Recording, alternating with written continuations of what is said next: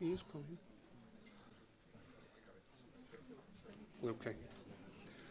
Right, I think it's 6 o'clock.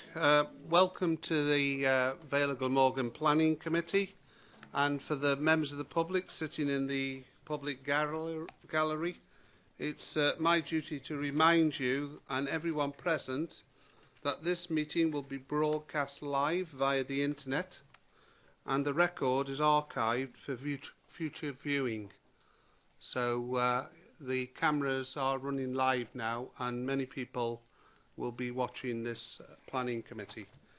So in saying that, can I first of all accept any apologies for absence? I know that Eric Hacker is on holiday, sunning himself somewhere in the Mediterranean, and also Howard Hamilton.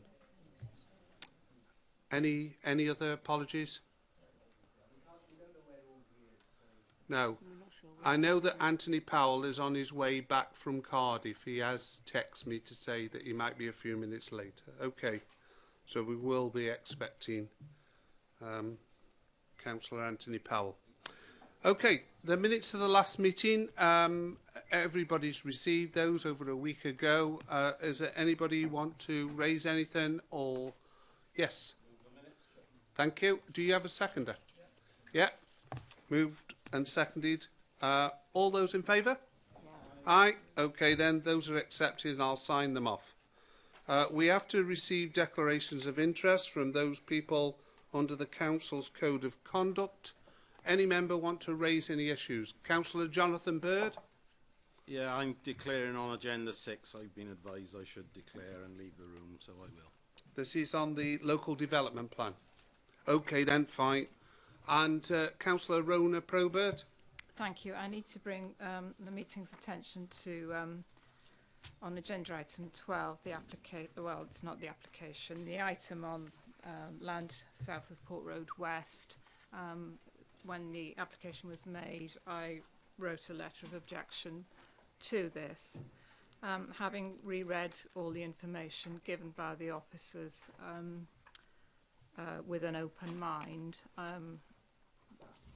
I'm pleased to note that the decision, the objections I made at that time coincide with the recommendations in the report, and I have taken advice, and it's okay for me to be here and vote on this issue.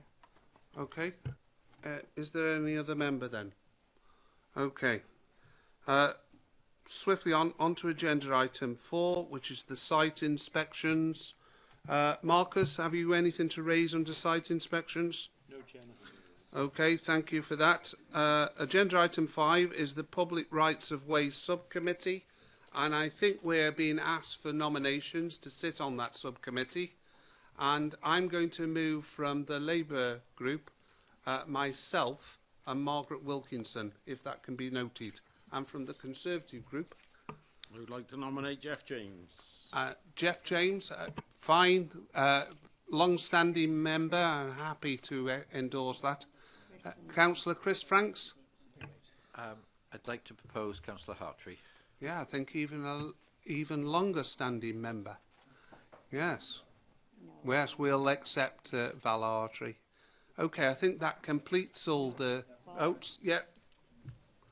I'd like to nominate me, myself and I, being the only member on the independent group. So. Oh, right. Okay then, Bob. Yes, welcome to the Public Rights Away then. Thank you. That being said, did you... We also need to reappoint as well, so it's the 2 points. you need to, sorry. To reappoint as well as to announce the new members. You need to reappoint. Comprising of 5 members. Oh, right. Yeah, we have to reappoint the 5 members. Members happy that we reappoint those 5 members. Okay, thank you. That being done. 6, right, this is the report for the Cabinet Member for Regeneration, who sits behind me. And it's the local development plan, as you know. And it's going to be presented by Emma, who's sitting on the end. So, Emma, it's your report. If you'd like to go through it, please. Thank you, Chair. Good evening, committee. The report before you is from Cabinet a reference from Cabinet from the 1st of June, and the report has 10 separate appendices.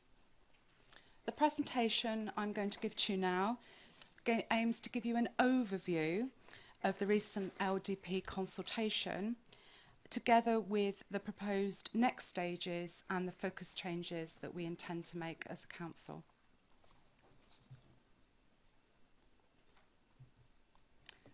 The first slide there is just to remind you of the document that we're actually talking about this evening. That is the deposit plan and its accompanying proposals map and constraints map.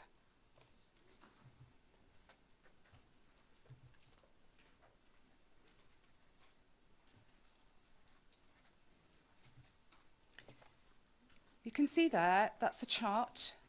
There should be copies of the presentation in front of you as well if you can't see the slide presentation, which outlines the LDP process. I draw your attention on that slide, on that particular slide, to the star, which is just past 6 o'clock. And that is the current position that we're at the moment in terms of the plan's preparation. We conducted a consultation exercise on the deposit plan during November and December 2013. As a result of that consultation, there was a number of alternative sites that came forward, and we did a further consultation in March to May 2014, which looked and gave the people the opportunity to comment on those alternative sites.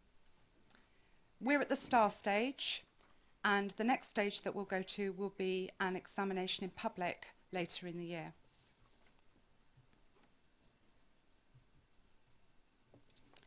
The next two slides just give you a brief overview of the results of the consultation exercise. The first slide is to talk about the deposit plan consultation. We received some 3,367 representations from 1,328 organisations or individuals to the process. So we had a large amount of representations to this process. I've listed there the main issues raised. Most of the representations sought to make amendments to policies, to wording, to text, to allocations that were made, or to mapping changes. Some representations also asked for additional information. The main issues are highlighted in the report that's before you tonight, and I direct you there to paragraphs 9 to 35 inclusive, but I'll cover here now the main issues as I see them. The first issue there I've raised is the strategy. There were many representations to the strategy, particularly to the overall growth levels that were proposed within the plan, as well as the locations that those growth levels were due to go to. Some people wanted more growth, some people wanted less growth, and some people thought we got it about right. So there was a mix of representations. Some representations question the need for the 46 housing allocations that we're making through the plan, and others, some felt there should be more, some felt there should be less. So again, there was a mix of comments. Housing provision and sites, this was by far the largest area that we received representations on. Some half of the representations we received were to housing allocations that we have made in various locations throughout the Vale. Some people wanted to keep the sites, some people wanted the sites removed, some people had suggestions for new sites. So it was a whole raft of different representations made on that particular subject. Gypsy and travellers, we had a large number of representations from local residents who considered that the allocation for gypsy and travellers at Hayes Road in Sully was unnecessary and unacceptable, and they sought its deletion from the plan. In terms of employment, concerns were raised that the employment provision in the plan was overestimated. Transport, there were a large number of representations to the issue of transport. People were concerned about the highway impacts of proposed developments, and concern was expressed about missing road schemes such as the Dinas Powys bypass and the Llyswyney bypass. In terms of the built and natural environment, representations were made which objected and supported the green wedge allocations, and there were also representations which objected and supported the special landscape area designations. There are also concerns expressed about some development which people thought was in C2 flood zones.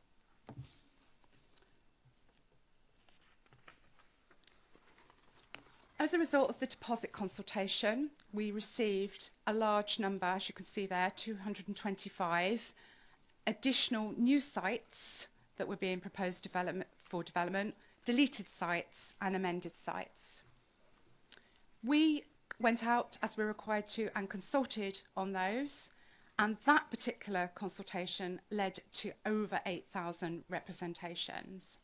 So a large, even more than on the deposit plan. People obviously were looking at whether the new sites were acceptable. So some people didn't feel the new sites were acceptable. Some people objected to the amended sites, objected to deleted sites. There were all sorts of objections there, but over 8,000 representations.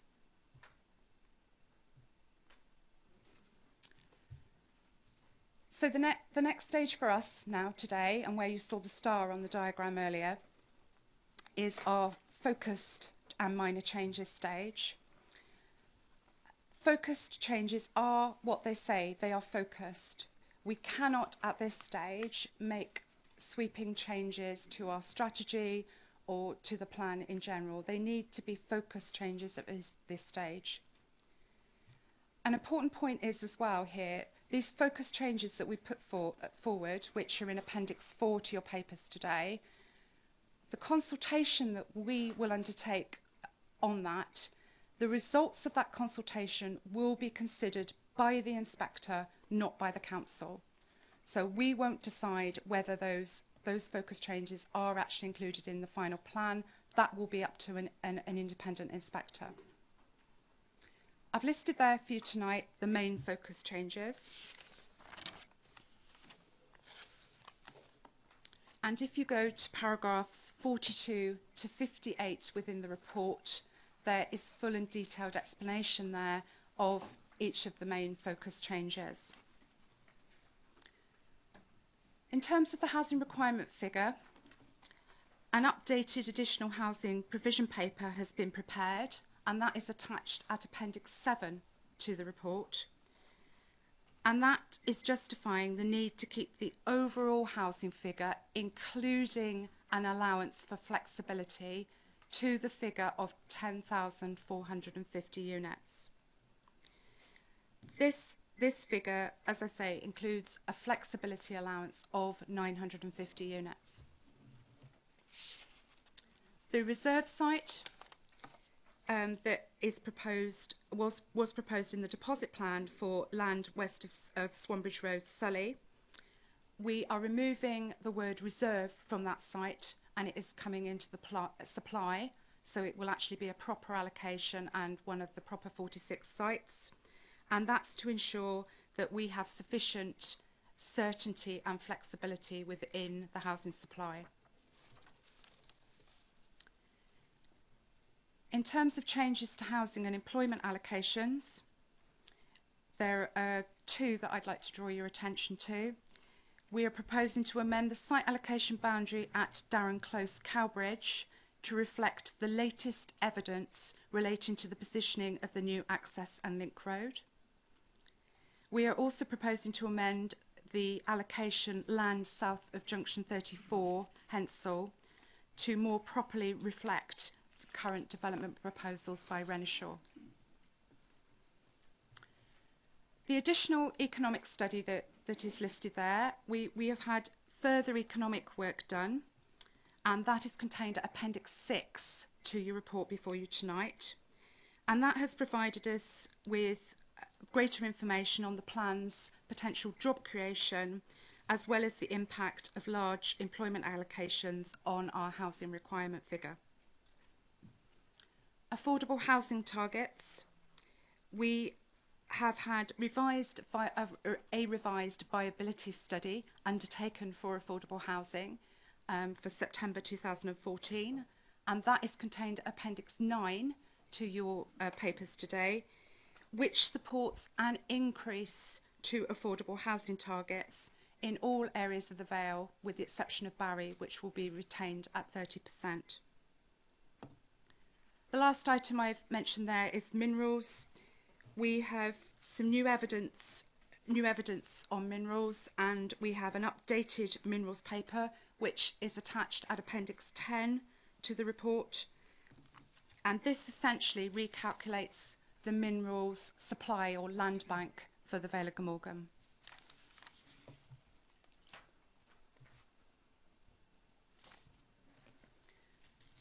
Next steps.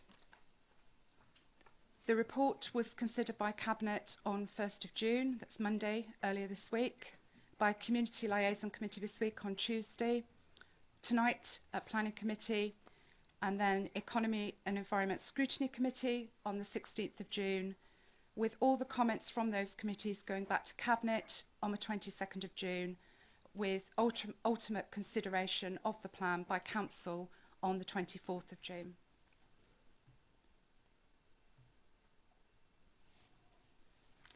If approved by Council on the 24th of June, there would be a focused changes consultation commencing in July 2015.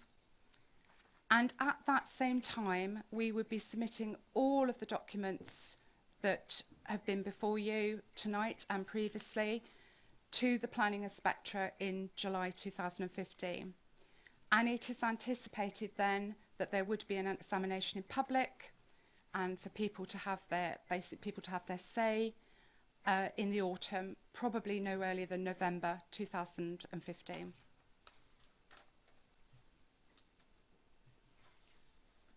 Thank you, Chair. That's all I've got to say. Thank you for that, Emma. I don't know whether the Cabinet member wanted to say anything at this point or whether you want to come in later. Okay, then, that's fine. Okay then, what we're asking for then is any references to go back to Cabinet, and it's members' opportunity now to bring them to the fore. I know Councillor Nick Hodges is dying to get in, and so is Bob Penrose, so we'll take them in the order that I see the hands go up. Okay.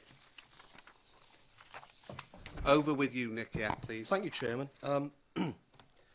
Well, I've already suffered this report once at Community Liaison. Sorry about that, but here we are again, so that's great. So it's good to have a second look and a second chance to comment on it. Can I start with the positives first of all? I certainly welcome the changes to the affordable housing numbers in the rural Vale. That's a positive thing, and I think that's something that has been a good thing to come out of the consultation. On the consultation itself, it's been a massive job, and it's a very complex procedure. And I'd like to praise our officers in working through that workload in the way and the time that they have. So that's a good thing. The numbers. Let's talk about the numbers. The evidence brought forward says that the numbers of new builds between the period within the LDP should be 7,399. And I appreciate the Welsh Government say that that is only a starting point, and they actually say it's an absolute minimum, but yet again we get the increase of about a third to 10,450 in this draft LDP. Then magically it lowers to 9,500, but it's re-raised back to the 10,450 by increasing the so-called flexibility allowance from 5% to 10%. I believe this to be an absolute nonsense and a speculator's dream, completely ignoring the representations in the consultation exercise and the wishes of the vast majority of the people, I believe, in the Vale of Glamorgan.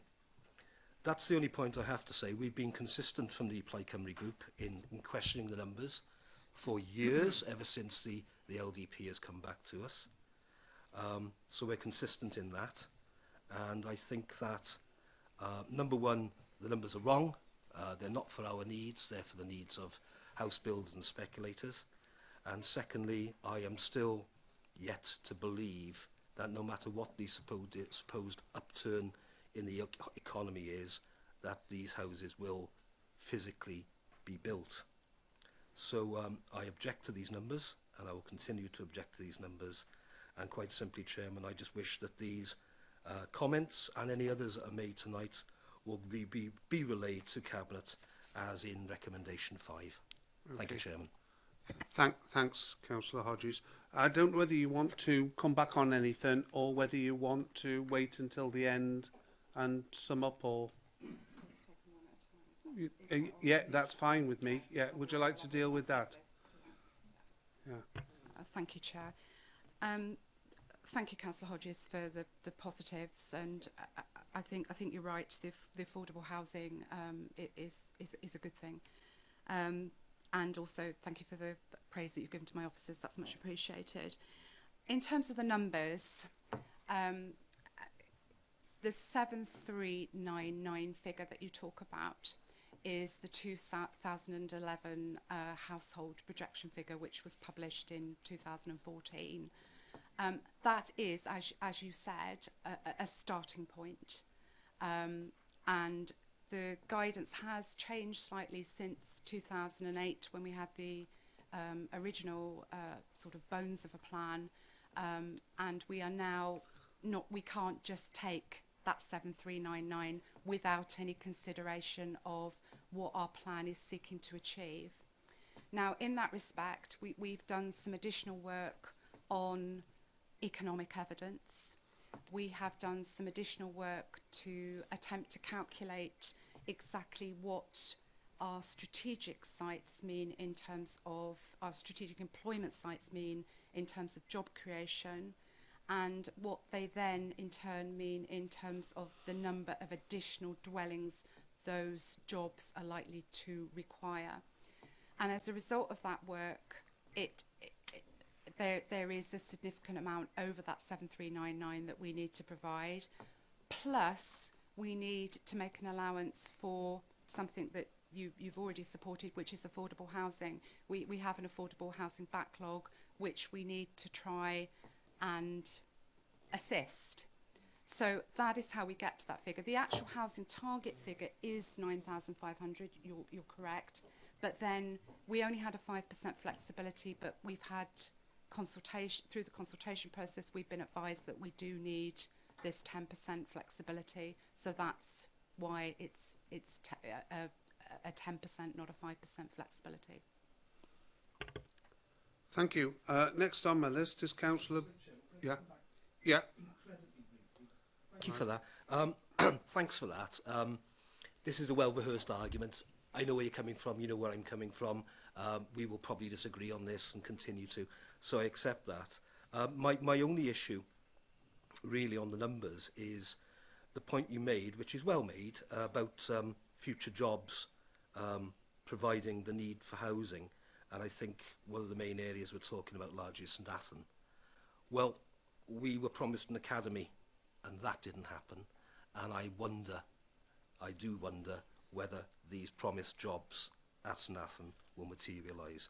Yet again, I think we'll get the housing, but I don't think we'll get the jobs. That's all I'm going to say, Chairman. Thank you. Councillor Penrose. Thank you, Chair. First of all, let me say that I share Councillor Hodges' concerns over the numbers, but I've voiced that before, so I won't go over that ground.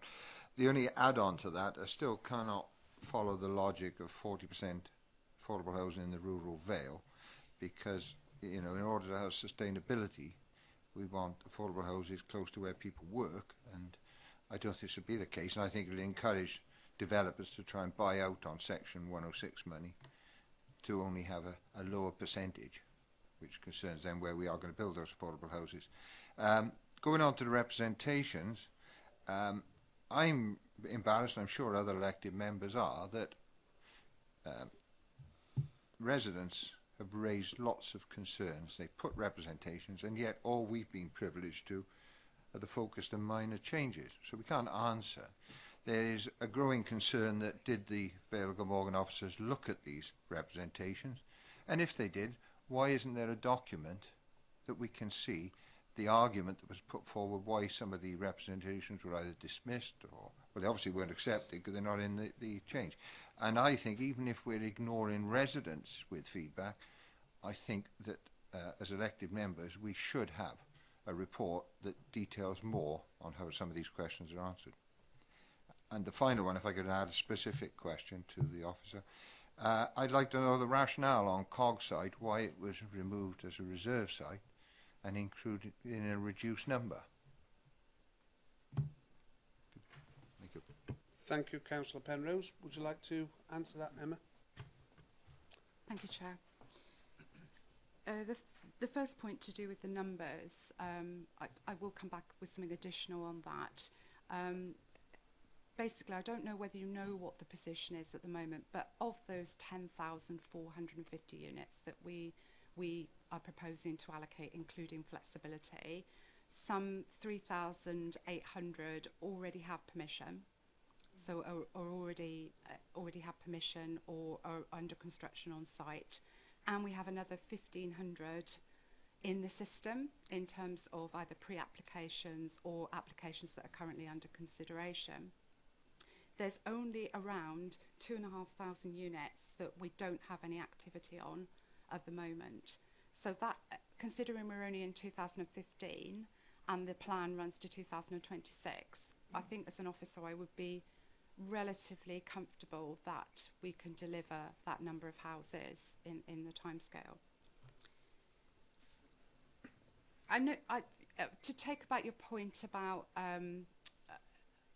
people not having answers to their representations, there's more than just the focus changes before you tonight. There are two large appendices, which, particularly Appendix 1, which gives full details of all of the issues that officers have found in the representations and gives a response to each of those issues raised. So I don't quite know whether you've had the opportunity to consider that appendix and whether your comment you've made would still stand once you've considered that appendix. But I'm happy to show you after the meeting if that would assist, if you're looking for something in particular.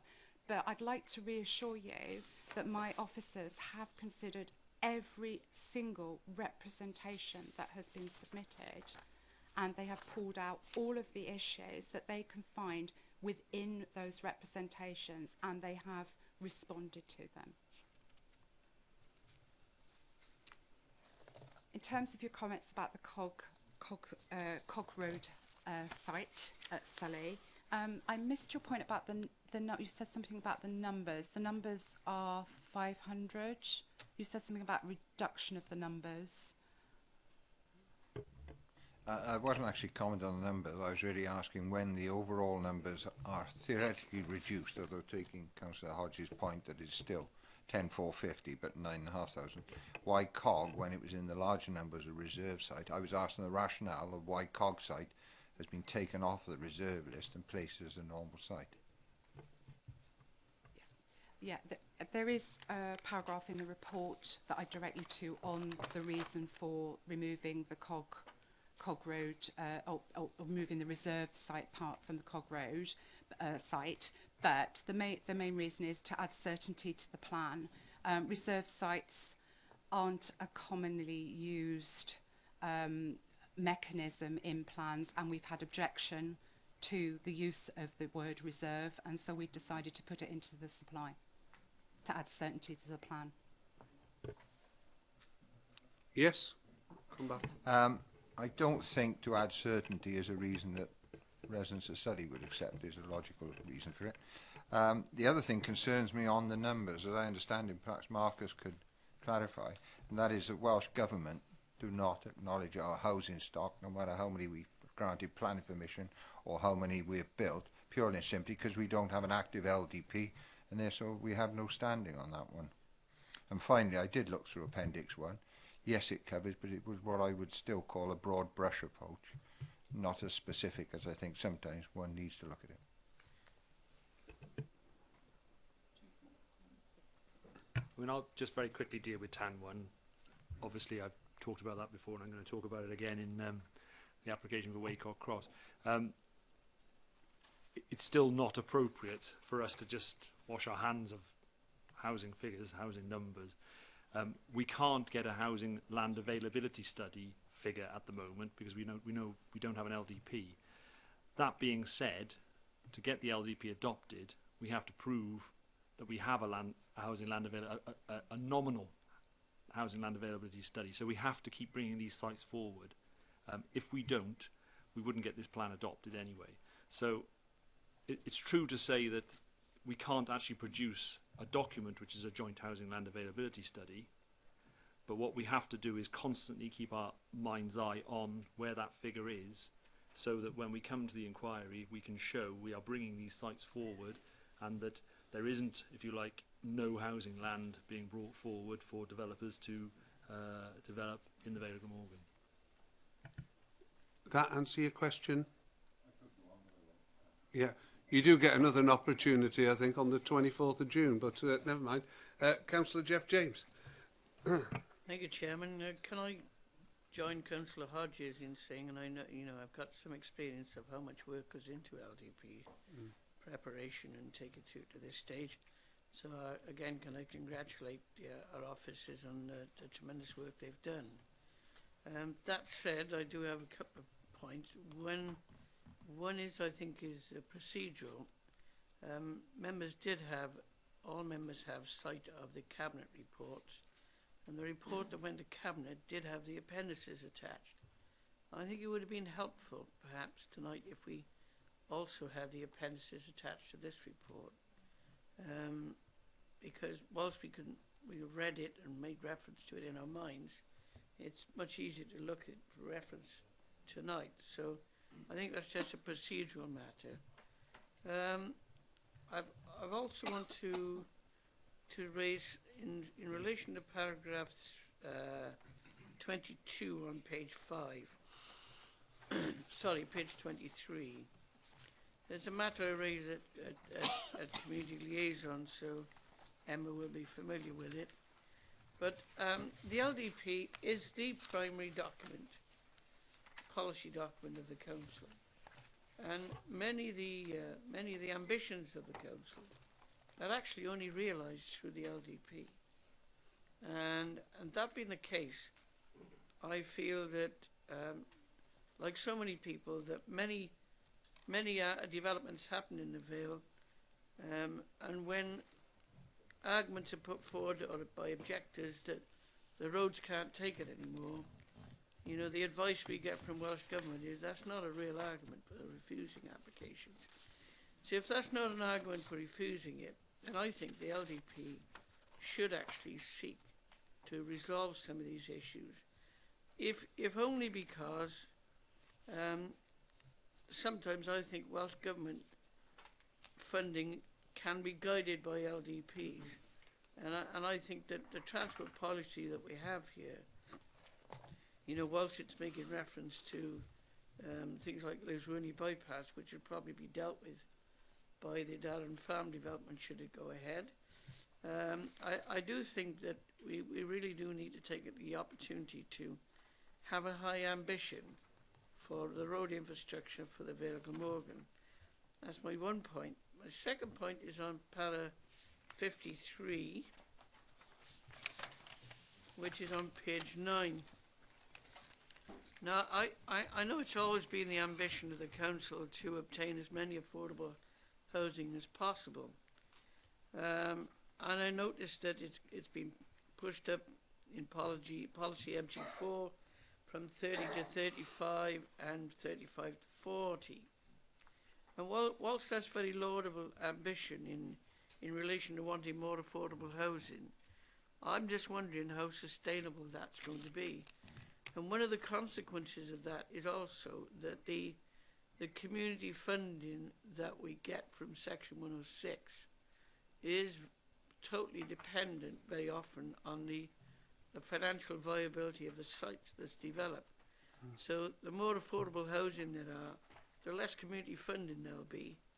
And I'm conscious that in some places, a 40% target for affordable housing brought about a relative standstill in development, which really countered the whole process of the LDP. Now, I'm not going to name authorities. I'm aware of one or two, but I'm sure the officers will be aware of that. And maybe they've balanced it that in the Vale, the value of their land is higher and therefore can take it. Well, I'm just asked that perhaps our officers give some thought to that, because there's two disadvantages. Major disadvantage for getting more houses. Does it make a certain sites less viable? And is it going to reduce the amount of community funding that we get from 106? And I think all three are possible. Thank you, Chairman. Thank you for that. Would you like to come back on some of them points, Emma? I'd like to come back all on those points, if that's okay. Yeah, I thought you might do. In terms of your procedural point and the appendices, there is a paper copy of the appendices within the members' room, and also on the internet. You can get the hyperlink to all 10 appendices, so they are available. There's piles of them. If we'd sent out with the agenda, it would have been a paper mountain. Basically, there's quite a few thousands of pages. It is, but there is a copy in the members. And if there's anything specific that you'd like, Councillor James, before council, obviously let me know and I'll assist with that. In terms of the debate on transport, I agree that the local development plan is one of two plans that are important for delivering transport. The other plan is the local transport plan, which will be coming back before council shortly. That plan is probably the more important plan in terms of securing grant funding for schemes, although the two plans should run parallel and what's in one should be in another. I note your comment about aspirations, and I feel as an officer that the local development plan is quite high in aspirations for both road transport schemes, but also for public transport schemes, including bus schemes, train, and walking and cycling, because I believe it's not just about road, it's about the whole spectrum of transport development. Having said that, we are constrained by regulations, and if we can't demonstrate that a road scheme is deliverable within the plan period, and by deliverable I mean we've got the land, we've got the permissions, we've got the money in place to fund it, we can't really include those within the plan. And so that is why there are certain schemes missing within the plan, one being the Dinas Powys bypass and the other being the Liswani bypass, because we don't have enough information or finance to deliver those at this time. In terms of your last point on affordable housing, the policy has changed slightly now. Before, it used to be a minimum amount of 30 and 35%, and now it's a target of 30, 35 or 40%.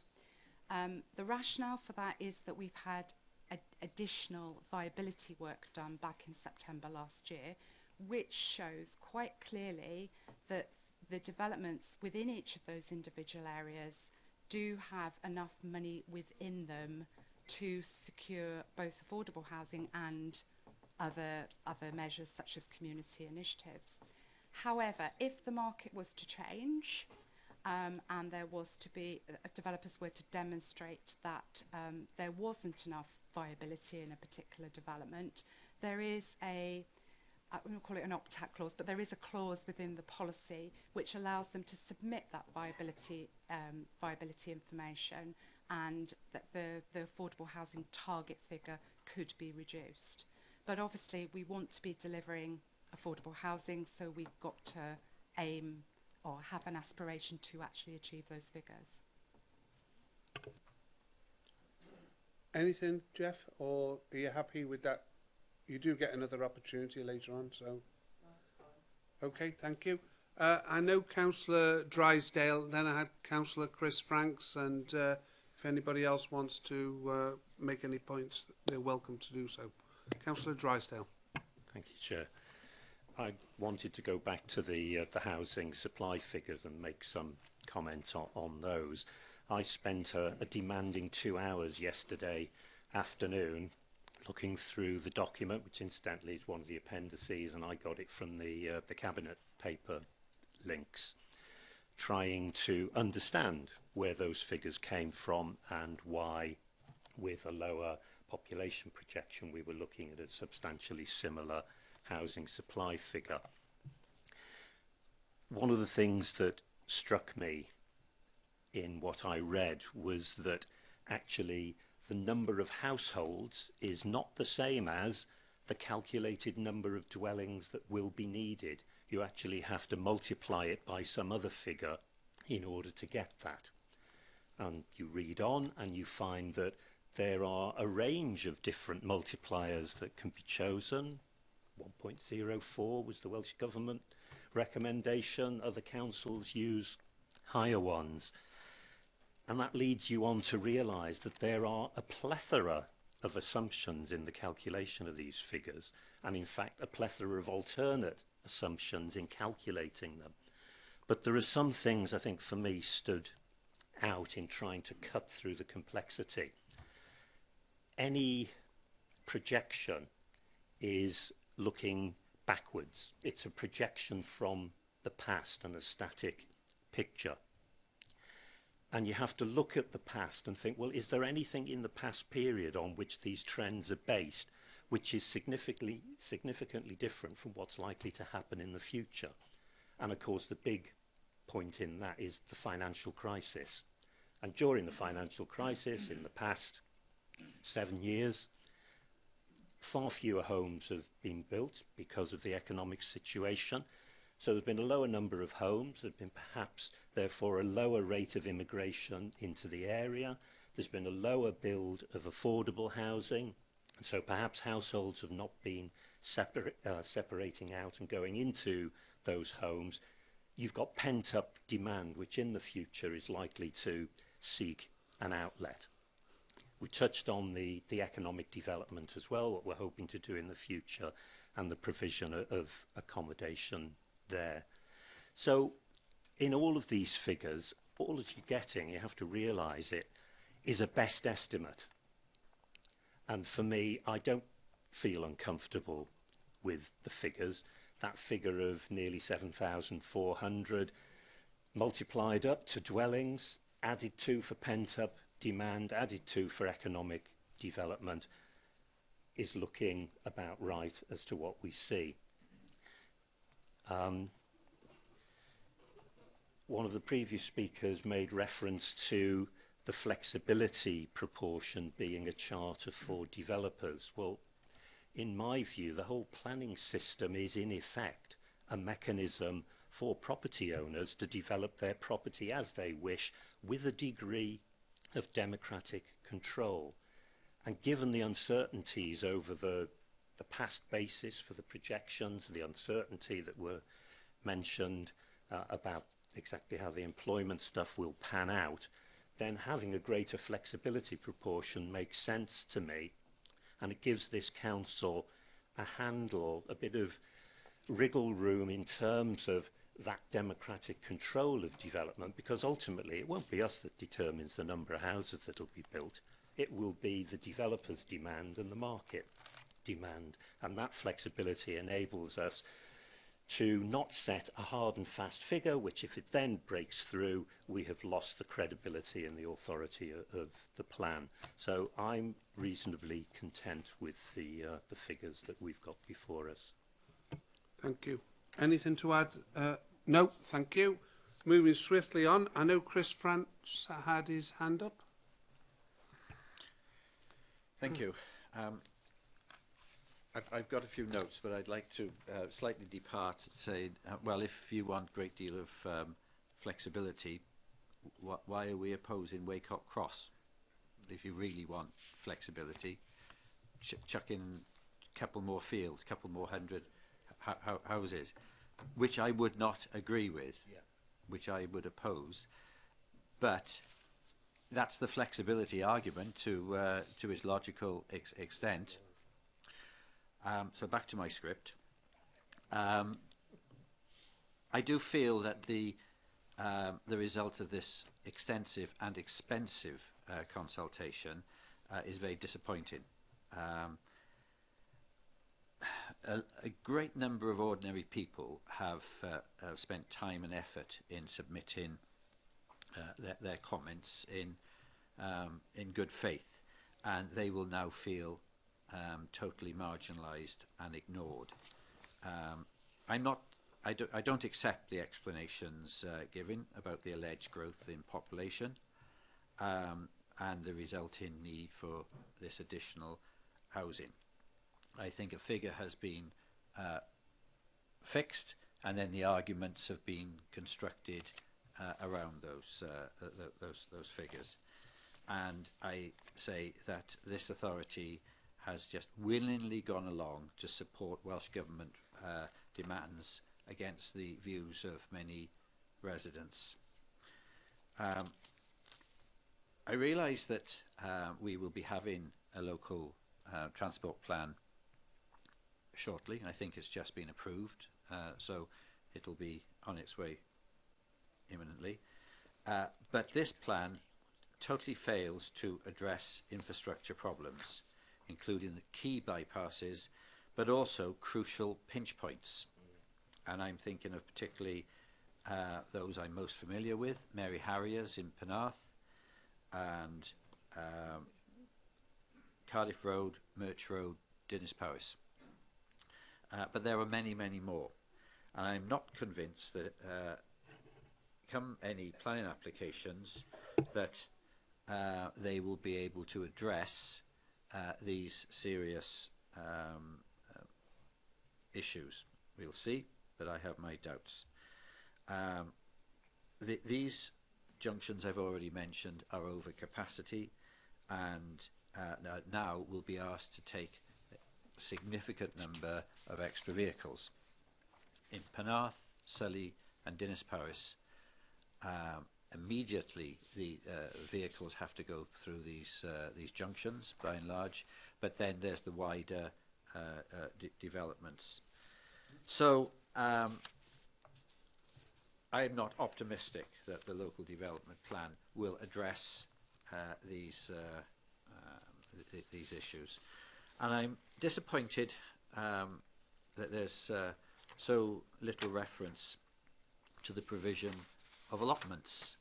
Now that might be, if you like, the other side of scale for some people's minds, but it is disappointing that this authority is not taking the opportunity to respond to the huge demand for allotments across the communities. Now this is not a criticism of the officers. They have worked very hard, and I'm very grateful to the officers who've briefed me in the past, so I give you my thanks. But it's a clear expression that I do not accept that the political leadership of this council and Welsh Government have served properly the residents of the Vale. And I'd like some guidance now. I'd like to know when I can propose an amendment, Chair. If not now. I think it's for comments only, isn't it? You can't make an amendment to this now. You can put your comments to the Cabinet for them to consider. So we've had some contrary comments. How will that be reflected? Will a full transcript of this meeting be presented, or will it be edited highlights? Yeah, I understand that we if you want to make some comments, we can have a vote on it and put forward what you want to make comments on. Well, Okay. thank you for that clarity. In that case, I would like to propose that we advise Cabinet that this committee considers that the housing allocations proposed should be significantly reduced, and we further express concern about the failure to address infrastructure issues, including traffic matters. I so propose. Second. Thank you. I know that somebody else wants to speak now. Do you want to come back on that, Emma, first of all? Yeah, fine. just come back on a couple of your points. The point that you made to do with the concern that we hadn't addressed people's representations or hadn't listened to what people wanted to, were saying. There is still an opportunity for people to have a say at the examination in public later in the year and to be heard by an independent inspector. So that people do still have that opportunity. In terms of infrastructure, this plan, I think, is quite comprehensive in terms of the infrastructure of opportunities. There is a paper on transport, a background paper on transport infrastructure, which looks to examine many of the junctions that you've mentioned tonight. Also, some of the allocations within the plan provide infrastructure as part and parcel of their development. So I think the plan, my view would be that the plan is quite rounded on infrastructure and actually does offer opportunities for both new roads and also for other sustainable methods of transport, such as additional rail opportunities and bus opportunities. Chris Franks' proposal. Okay, I think I'll take Councillor Drysdale and then we'll go to a vote on your proposition. Okay, Councillor Drysdale. Just to respond to Councillor Frank's comments about flexibility, the kind of flexibility he's talking about would be flexibility without any reference to proper planning policy, a kind of, we need this number of houses, let's just put them any old where. Well, Waycock Cross is the wrong place in planning policy terms to put that development, and the flexibility would have to come in a way that reflected the needs of people for housing in the Vale and the locations of housing in the Vale, and a whole set of the usual planning considerations. And just as the proposal has been made, obviously from what I said earlier, I would oppose the proposal that Councillor Franks has made for the comment to Cabinet. Okay, thank you. Councillor Nick Hodges.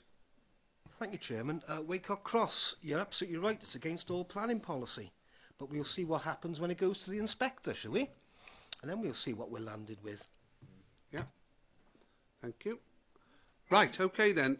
Would you like to read out your proposal that you want sent to Cabinet and then we'll vote on it?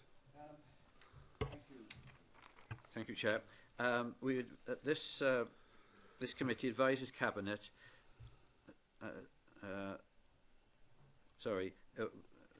I propose that we advise Cabinet that this committee considers that housing allocation numbers should be significantly reduced, and secondly, expresses concern about the failure to address infrastructure issues, including traffic matters.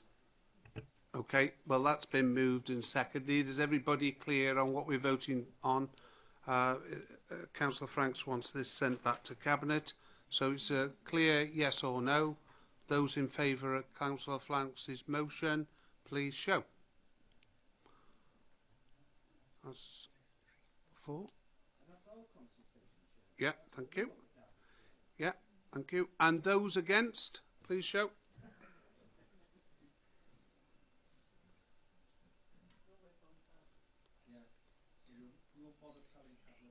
Okay.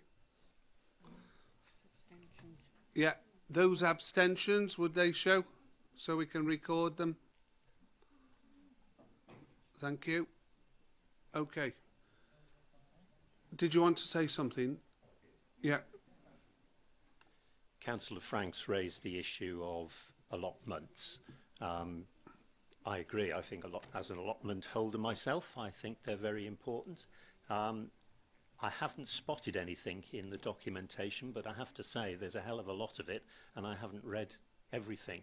But I would like the committee perhaps to make a comment to Cabinet that, if not within the LDP, that the Council considers how we can improve the availability of allotments. Okay. Councillor Hodges. So it's okay to tell the Cabinet our concerns about allotments, but we can't tell them our concerns about numbers of houses. No. Yeah. By the way you just voted. Yeah. Thank you. Did you want to say anything on allotments, Emma, before we move on? I'll just very quickly come back. Yes. The draft LDP seeks to make provision for enhanced community facilities at policy MG7, and the background paper recommends in the plan that should consider future proposals for new allotment provision with regard to existing levels of facilities and demands for such facilities. So it does refer to allotments and just doesn't make a statement that we will categorically provide more. It just says that an assessment will be made of what needs there are. Obviously, we will be looking to provide them if they are deemed necessary. So that's policy MG7 in the LDP. Okay, Emma? There's also an opportunity as part of the developments, the 46 or so developments that you see for the plan, to provide allotments as part of those developments, as part of community gain, which Councillor James referred to earlier. Okay then, we've all had our say. Yeah, Liz, yeah, did you want to come in and say anything? The Cabinet member? Okay.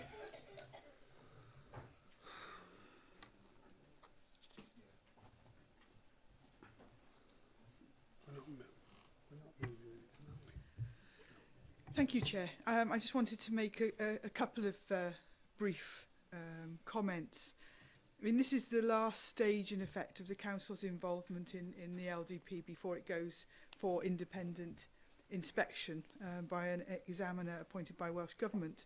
It's been a long journey, and when we first revisited the deposit LDP, it was to strengthen the evidence base, as some of the areas of it were felt to need further underpinning, to actually ensure that infrastructure requirements were considered, because it wasn't felt that infrastructure was considered fully, and that's why there are considerations of highway requirements, transport, education. Education wasn't in a previous version. And for it to be a better fit with the LDP strategy, which independently it's been assessed as being so. More importantly, we wanted to increase the level of consultation and engagement. In some ways, you have to be careful what you wish for, because the 12,000 responses that the team had to cope with over the 2 stages of consultation were absolutely phenomenal.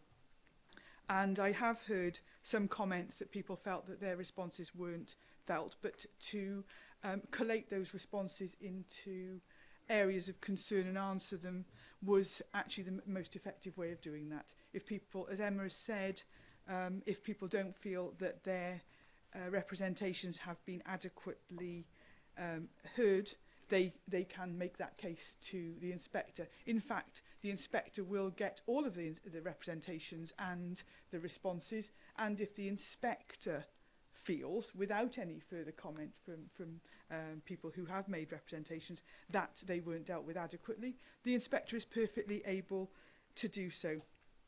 I'm absolutely delighted at the change in affordable housing. I think what needs to be said is that this is about delivering quality housing for local people. Affordable housing, whether it be affordable to purchase or affordable to rent, is about providing housing for local people. So when we hear things about all these thousands of people coming into Vale, actually affordable housing is for people that are here or working or living here.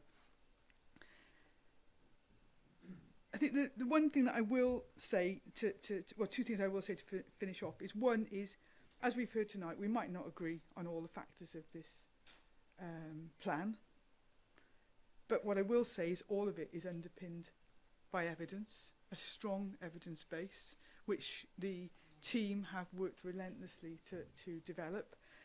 That will go forward with everything else to the inspector, and if it is felt not to be sufficiently strong, then the plan will be found not to be sound.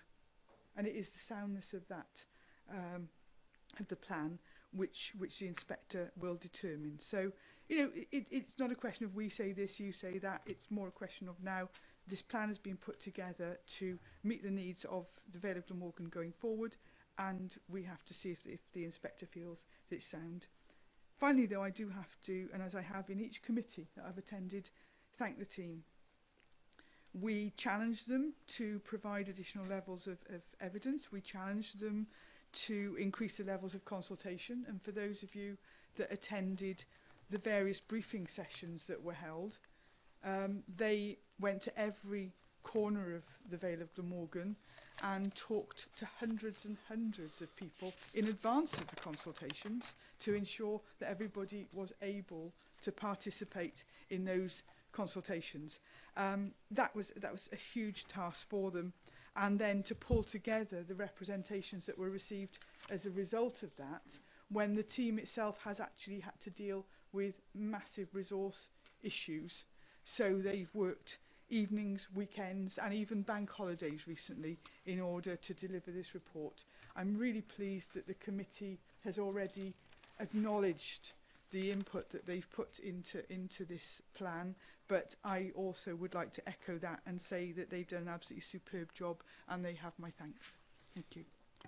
Thank you for that, Cabinet Member. That being noted, can we move on to agenda item 7? This is the building regulation applications and control matters determined by the Director and his delegated powers. Marcus? Nothing to add, Chair. Nothing to add. Members happy? Yeah. Thank you. Oh, we've got to wait for Jonathan, haven't we? If somebody could get him. He ran out that way, didn't he? Yeah, he went that way. Yeah, would you, please?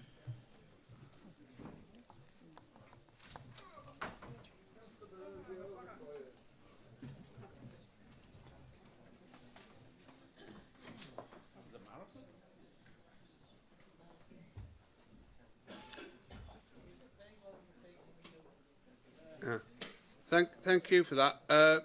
Jonathan, we're just for your information, we've moved on to the building regulation applications on agenda item 7, and I'm just asking the committee that we note them. All members happy? Yes. Thank you. 8 is the planning applications determined by the Director under his delegated powers on page 16. Members note? Yes. Thank you. On agenda item 9 are the appeals. Are there anything you want to say under appeals, Marcus? No, nothing to add. Nothing to add on appeals. Members note? Yeah. Thank you. Trees, little I, the delegated list on page 32. Anything to add, Marcus? No, nothing to add, Chair. Okay then, thank you. Under general planning matters, there's a proposed change to the environmental impact assessment regulations and the local development orders. And I know you'll want to say something on that, Marcus. On page 33 for members. Okay, thank you. Thank you, Chair. Yes, this is a little dry, but I will just quickly try and flick through it. Basically, there are, when assessing applications against whether environmental impact assessments need to be undertaken formally and submitted with the application, the legislation has become very fragmented and disjointed because it's spread over many years from 1999 onwards. Welsh Government is seeking to essentially collate that information into one act again, and in doing so to modify some of the requirements of the terms which generate the need for an environmental impact assessment. Your officers agree with most of the work that's been done and most of what has been suggested. There are a couple of concerns we have, because one of the things that's happened is that this legislation has been adapted and changed by case law, by High Court cases over the years, and one of the most recent cases related to developments which affected existing developments which were previously the subject of environmental impact assessment. So a good example would be, I suppose, Dow Corning was never the subject of an environmental impact assessment because it predated that system. If it came in now, clearly it would be the subject of an environmental impact assessment. Your officers are making the point to Welsh Government that the legislation needs to be written very, very carefully so that minor developments to long-standing existing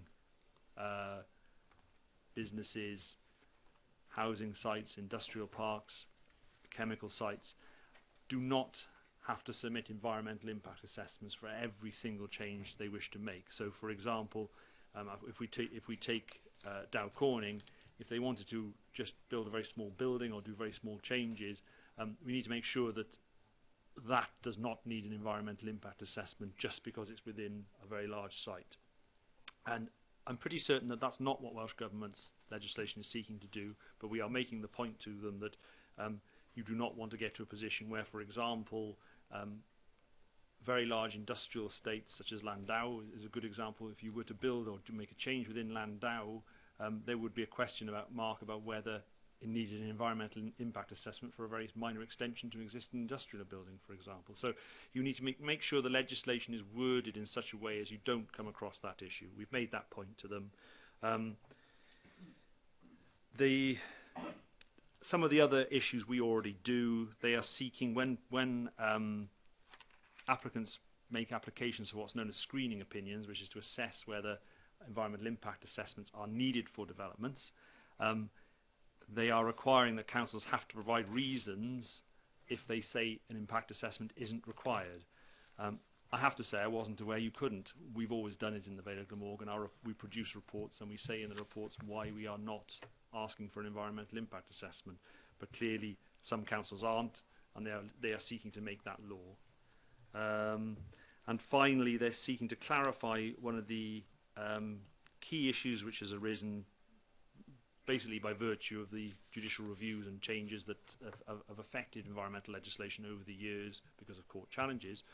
And you probably may be aware of this, but if an outline planning application needed an environmental impact assessment, then currently, basically because of the way the Act has been written, which is quite poorly, but it was written in piecemeal, it was written over a number of years because of changes that came along.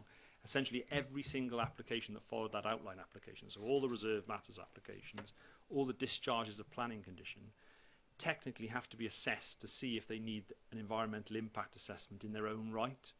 A good example of this is Barry Waterfront, which means that the paperwork that's generated every time they want to discharge landscaping, for example, is immense because they have to reproduce the previous environmental impact assessment with a paragraph saying that nothing's changed for the landscaping condition. So it was a ridiculous situation. They are changing the law so that basically the original grant of consent, the outline consent if you like, or the full consent with conditions attached, is the place where the assessment is made, and any subsequent approvals do not have to have an environmental impact assessment put on them. So that is a good change as well. So the consultation document is at page 37.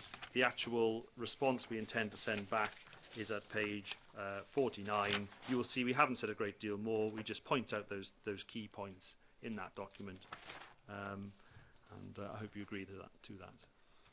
Okay, I think there are a couple of recommendations that you're asking us to approve. One is to note the report, and two, to send it to Cabinet for their noting.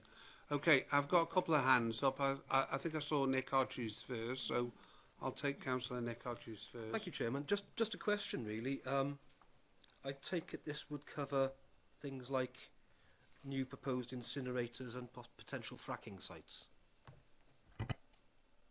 Indeed, it does. Yes, it makes no real change to the rules which govern what's in and what's out of environmental impact assessment.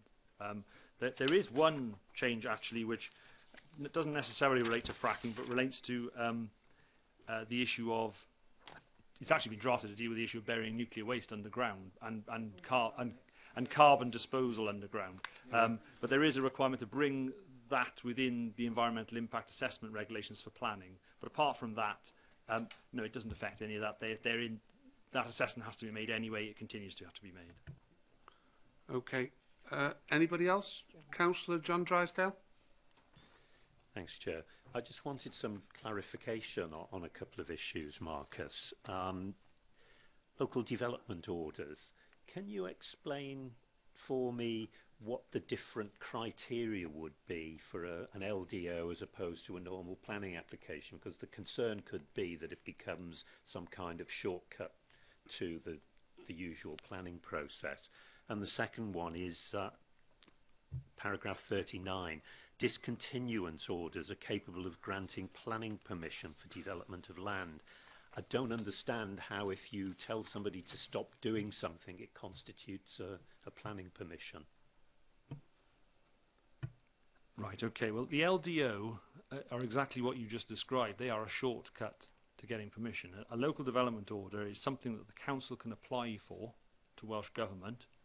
A good example would be on an industrial estate to require that certain extensions which would normally require planning permission don't require planning permission.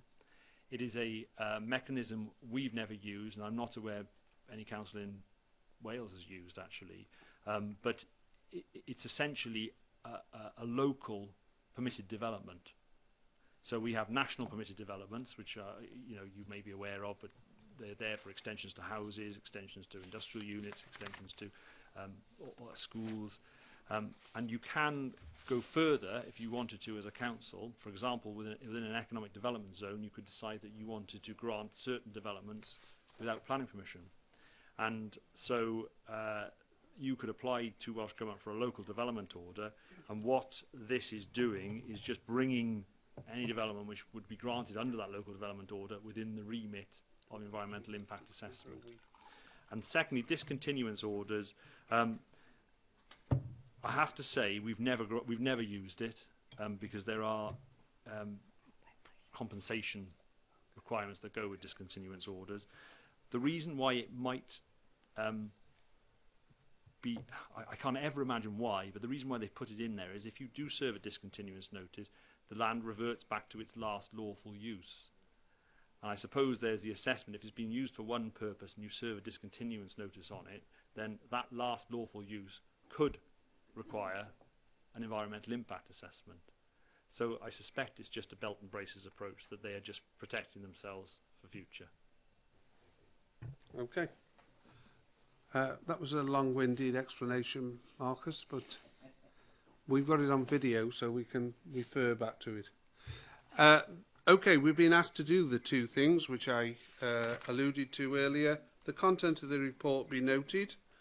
Members happy that we note the report? Yeah. Thank you. The second recommendation, the matter be referred to Cabinet for information. Happy to do that? Yeah. Yeah, thank you. Moving back to the agenda then, I think that we're down to the planning applications, and we'll take them in the order that they are on the agenda. This is the land south of Port Road West, Waycott Cross. I think that on page 100 we've got listed down the reasons that the council would refuse this. It's a stance report, and we've had one or two of these in my time as chair of the planning committee. It's what we would have done had we had this application before us. Of course, it's gone to an appeal, and it's a public inquiry which will be coming up very soon.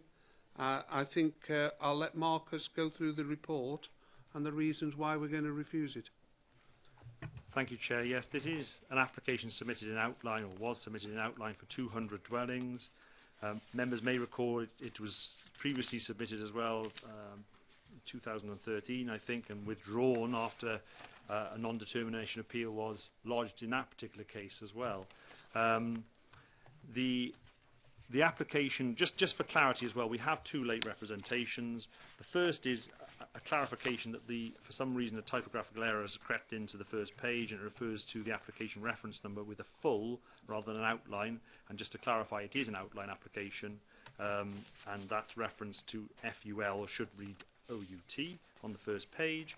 And secondly, we have received an additional letter from a resident objecting to the scheme.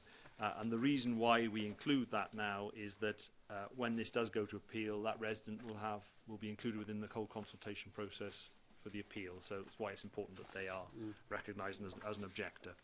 The fact, as quite rightly described by the chair, is that this is no longer before this council for determination.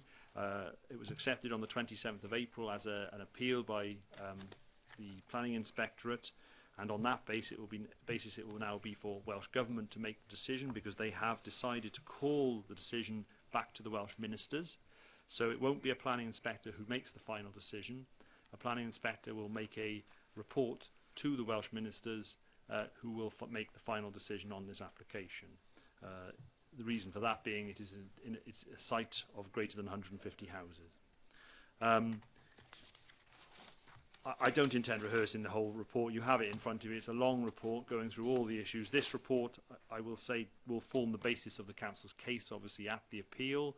The main issues, I suppose, to actually address are on page 100, which is the reasons why we consider the scheme as unacceptable.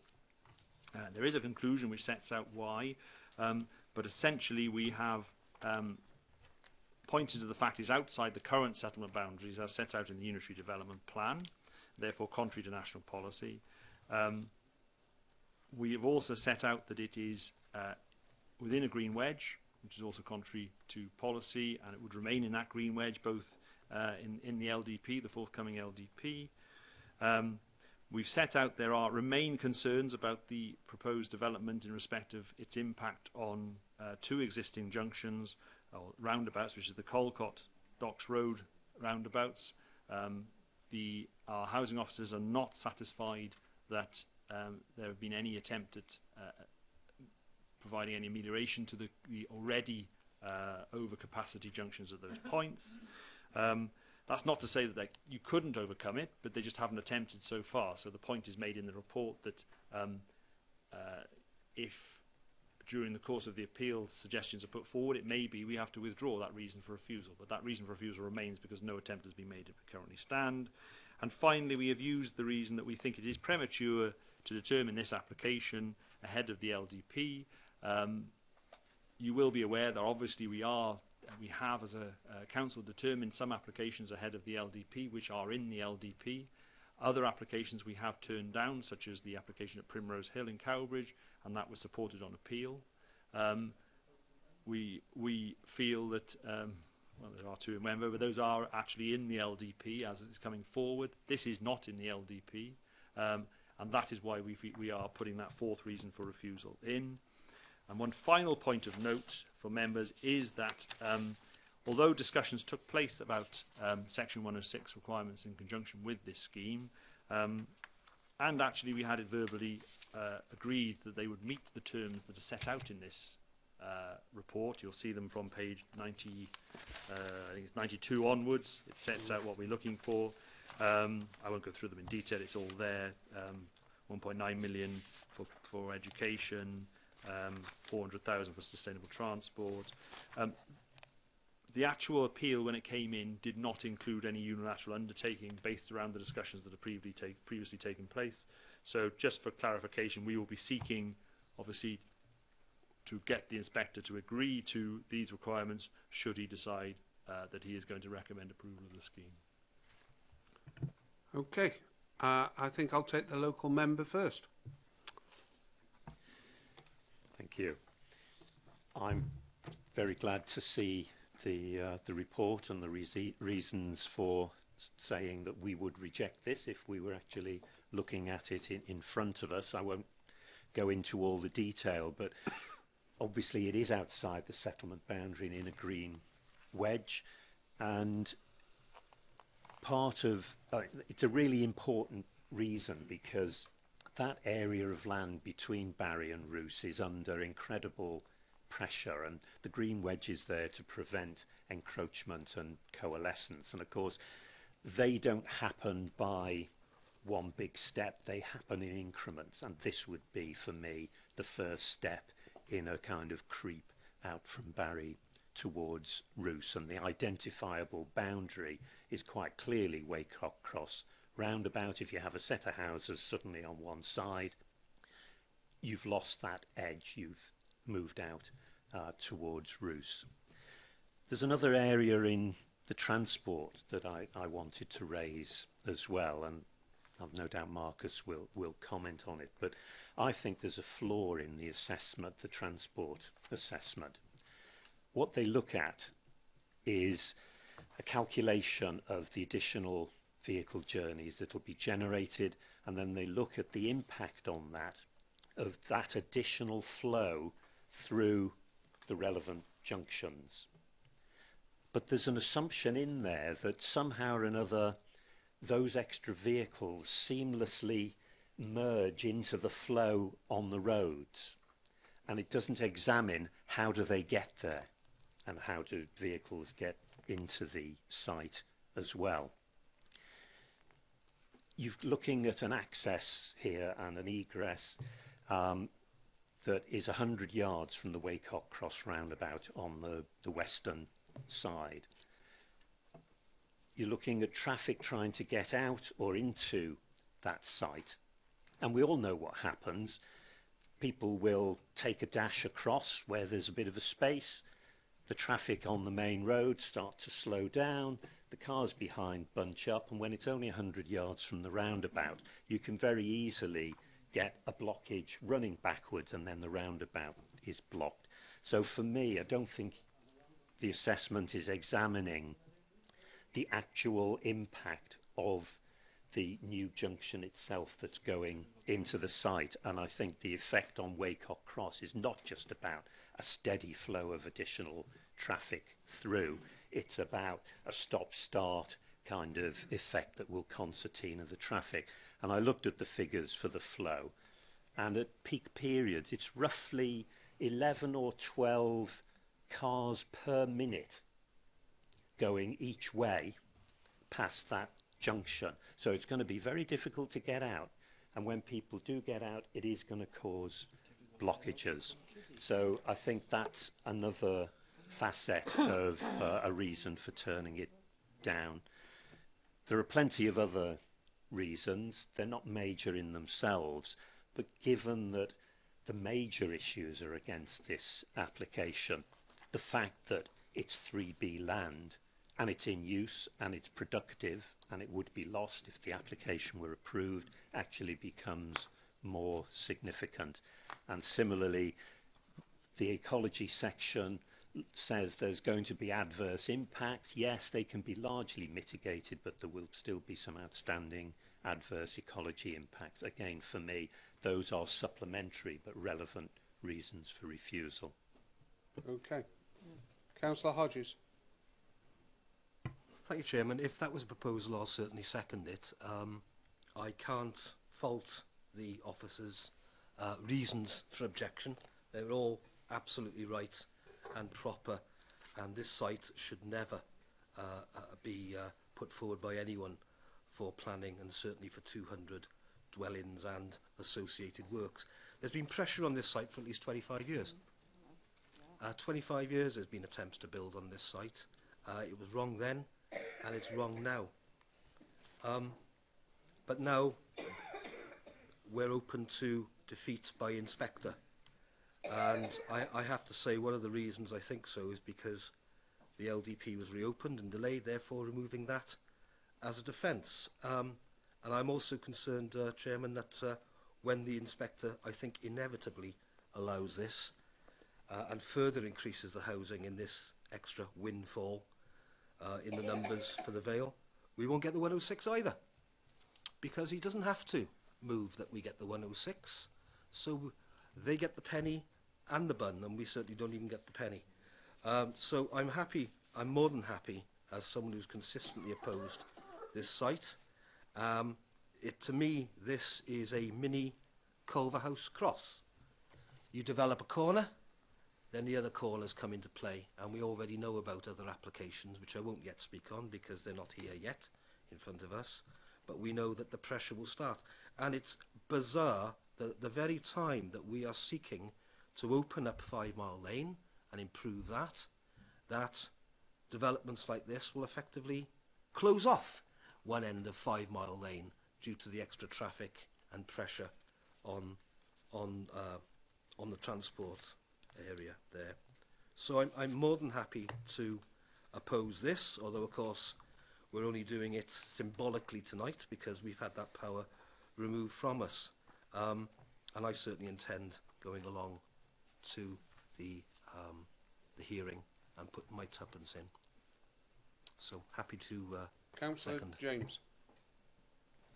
The question really, Chairman, I think Marcus outlined the fact that when it was previously considered for in the previous LDP that's been scrapped, that it was actually identified for development, and there had been advanced negotiations about an improvement for Waycock Cross.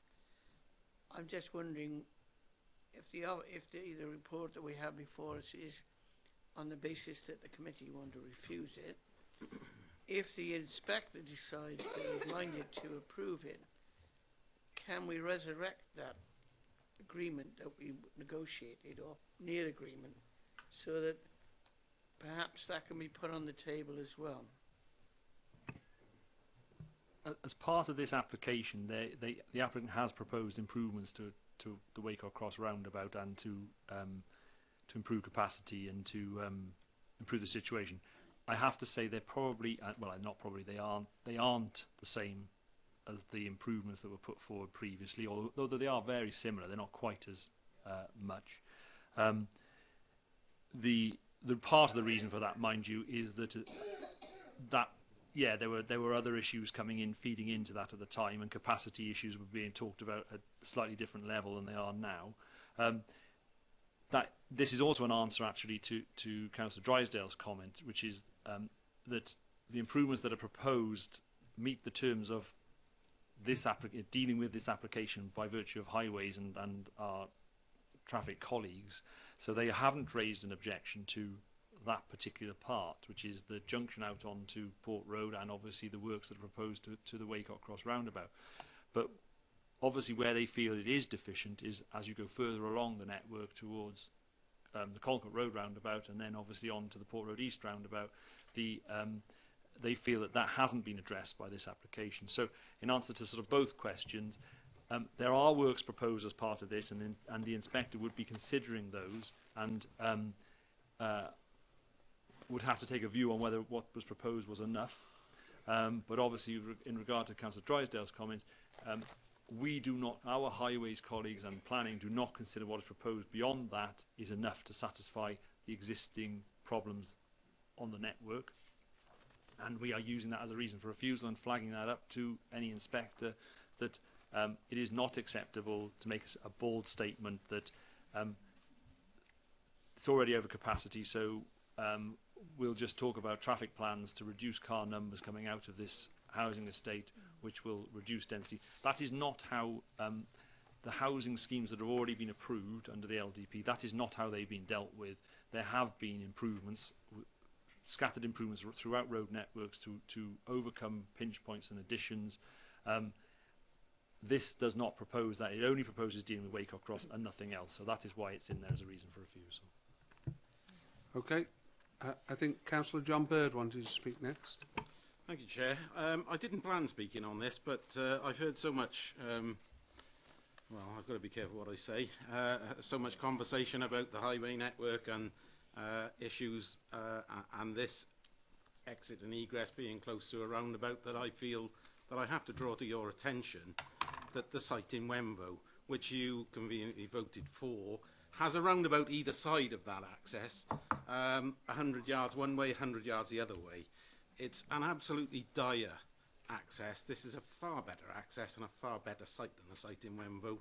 But there again, it's in Barry. What would you expect? So I will be supporting this, supporting against officer's recommendation, because I believe this is a far better site than the one in Wembo. I know it's too late for Wembo, but there you go. Okay. Thank you. That being said then, it's officer's recommendation to refuse it. Sorry, Councillor Probert, do you want to speak? Thank you. I wonder if we could invite Councillor Bird and the inspector to go into the pub in almost the same location and trying to get out of there. It's absolutely difficult. Well, I have and had the same problems. Yeah. Okay. Let's just go for a straight vote. It's the recommendation to refuse this. This is in the Stands report. This will tell the inspector what we would have done had this been before us. So those in favour of the officer's recommendation to refuse, please show.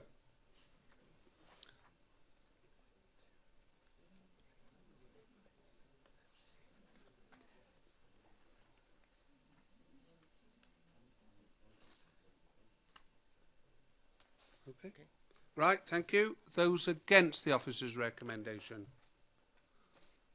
2. Thank you. And those who've abstained, for the record? That's 5. Okay then, that's clearly carried. Right, we'll move straight on then to the next application, was land at Court Farm in Trowse, which was subject to a site visit today. I know there's some late representations, and I also know that we've got 2 guest speakers who are going to speak against the application. Would they kindly show themselves? So put your hand up and let's have a look. Who are the people who are going to speak against this? Thank you. And there's someone else, is there, with you? Or just one of you? Let's see who then. Just Mrs. Wilson. Just Mrs. Wilson, is it? Okay. Would you like to come up and sit in one of the seats, please?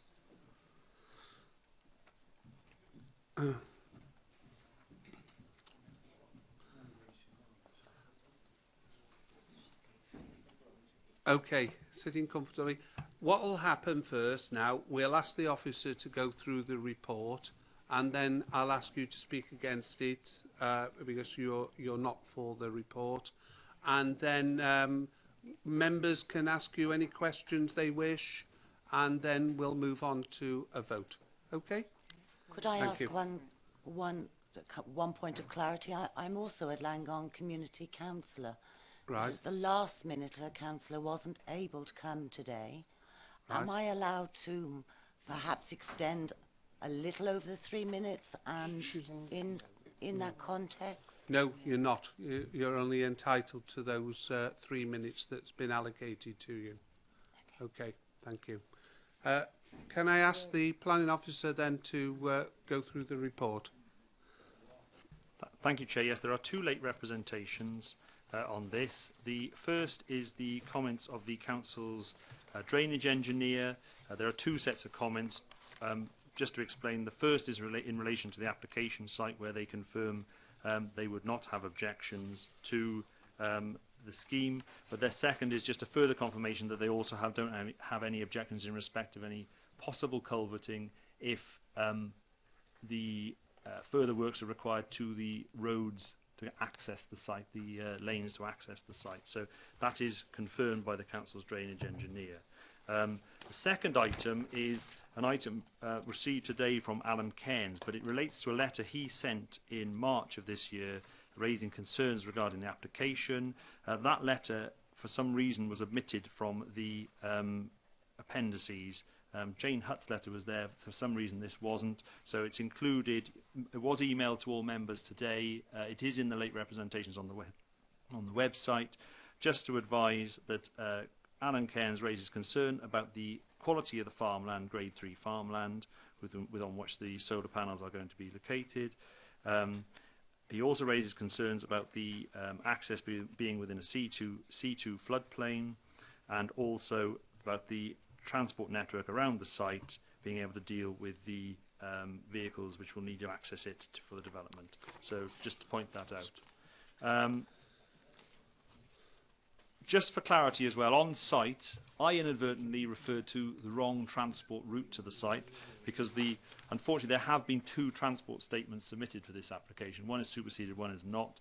And the report is a little bit, I won't say vague, but it doesn't spell it out as clear as perhaps I would have liked. So before we go any further, I will just put the plan up which shows the proposed transport route for vehicles making deliveries to the site, and obviously for construction vehicles, and that is from the M4 down the link road into the Bridgend Industrial Estate, through the Bridgend Industrial Estate, and then rather than, as I said, through the village, it is actually to turn left at the junction off Horsefair Road, around the lanes which progress, you can see the green line on there, to turn just beyond Tikandi Farm and come back to the application site just before you get to the village of Trowse.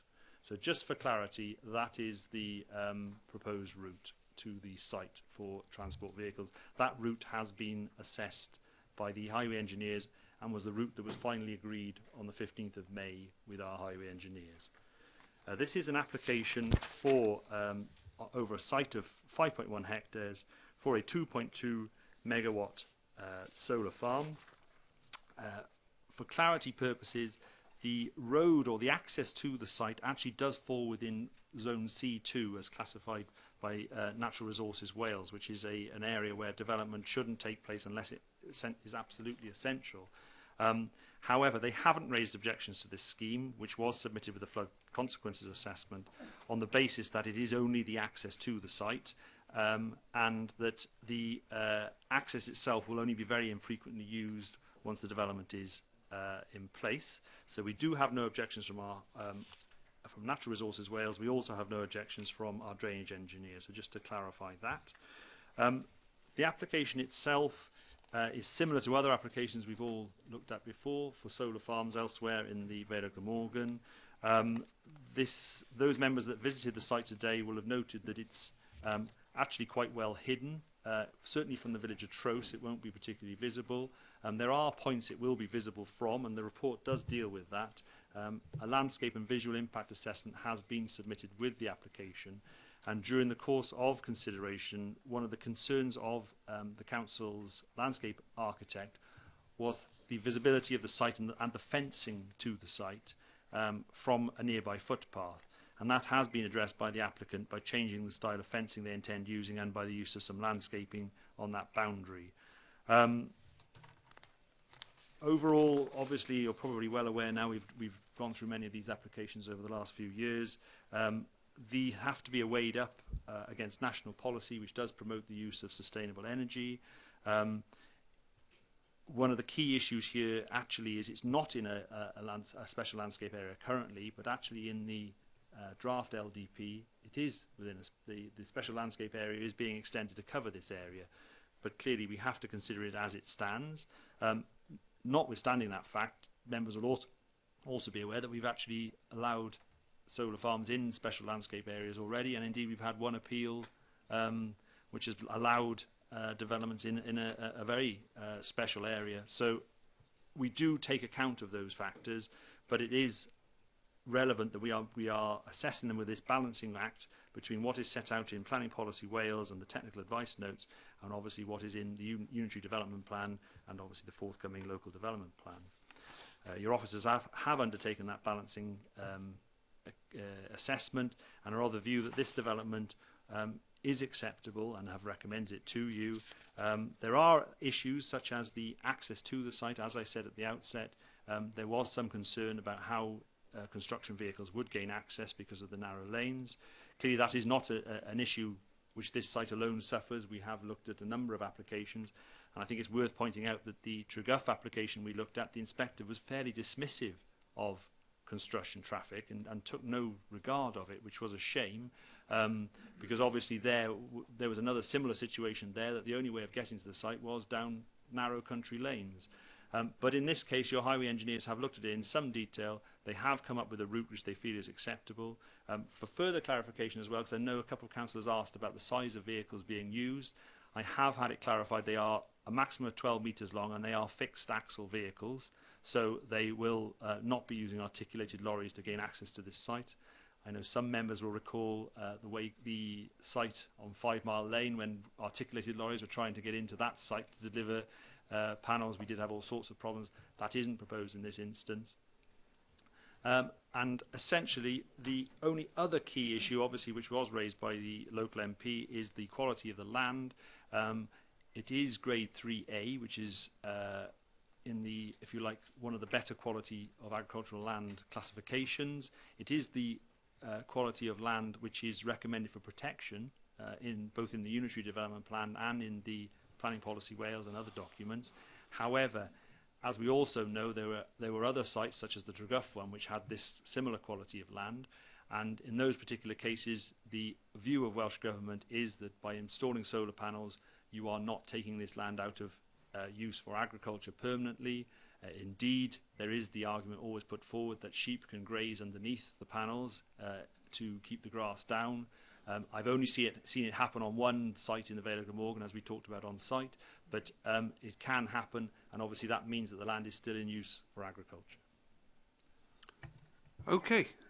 It's over to you, Miss Paula Wilson, and you've got 3 minutes, and members of the planning committee can ask you any questions that you've raised from your speaker point. Okay, thank you. Can you put your... Yeah. I'd like councillors, please, to remember that at the consultation meeting, 100% of villagers said no to the project, and it's a very tiny village, and 57 people have taken the time to object. Objections have been on a number of grounds, but focus mainly on 2 aspects: transport route, narrow lanes, and high flood risks. Yes, you're quite right. At the site today, councillors were misinformed of the route, and, in my opinion, lost a wonderful opportunity to actually drive the proposed route. They all went home in the other direction. Seeing for yourselves in your cars just how narrow and tiny these little lanes are, 2.3 metres to 2.6, soft verges, vulnerable watercourses, just seeing how difficult it is to manage a car around 2 90-degree turns as you return to the Bridge End Industrial Estate. The latest transport statement submitted 15th May says and tells you, don't worry, we'll get them all down the lane. 180 HGV journeys with assisted vehicles. However, it assumes, and it's been repeated today, that it will only be 12-metre HGV vehicles. What it fails to say in Appendix 7 is they will be carrying up to 15-metre extrusions. So please, add that on. The HGV sweat path analysis is insufficient and inaccurate, I believe, given the narrow nature and these 90-degree turns. So I am asking, please, if it also, as been intimated, fails to provide any sweat path analysis for the actual entry into the gate to meet health and safety concerns. So in considering this project on the transport element, I'm going to ask you that if you ask for new accurate sweat path analysis under condition 4, reminding that they will be carrying long lengths, and that you look at issues which I want to talk about is the entrance gate. On the left is a public right of way, and on the right is a large fixed bund. At the moment, the gate needs widening. It cannot be done. This bund is 2.5 metres in front of the gate, and do you know it's not been mentioned in this planning application at any point from day one. It's been totally overlooked, and it is a very vital flood defence system for the people in our village. Going on to flood risk, we've got 3 major defence systems. The bund on the right of this entrance gate is one of the 3. Despite it all, about 19 houses in Reval and Brookside regularly flood. Water cascades, is that me finished? Keep going. Water cascades down from 54 metres to 10 metres where we are in a C2 high-risk flood zone. We've had water lapping at the door and lost insurance. Could I just say, whilst the... it's your last point. 1 point. It has to be your last point. Yes. On page 138, you have agreed that it would be prudent to place a condition on any planning permission requiring surface water management to be agreed. That's on page 138. We've examined your papers and we can't find this condition listed. So I can't tell you how upset people are, but could I please ask that this condition is added, because you said you were going to do it, and that a fuller, more comprehensive exercise is undertaken to look at the bigger issue that this water is cascading down, will probably run off quicker, and it's immediately into a C2 high-risk flood zone. Thank you very These much. are our 2 main issues. Thank you. Do you want to come back on anything there, Marcus, or would you like me to ask members if they'd like to ask anything? Yeah, would members like to ask anything before the lady steps down? Yes, Chris.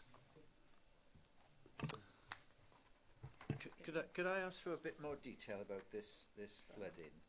It does. You paint a very dire situation. Can you have houses been flooded? Have roads been flooded? On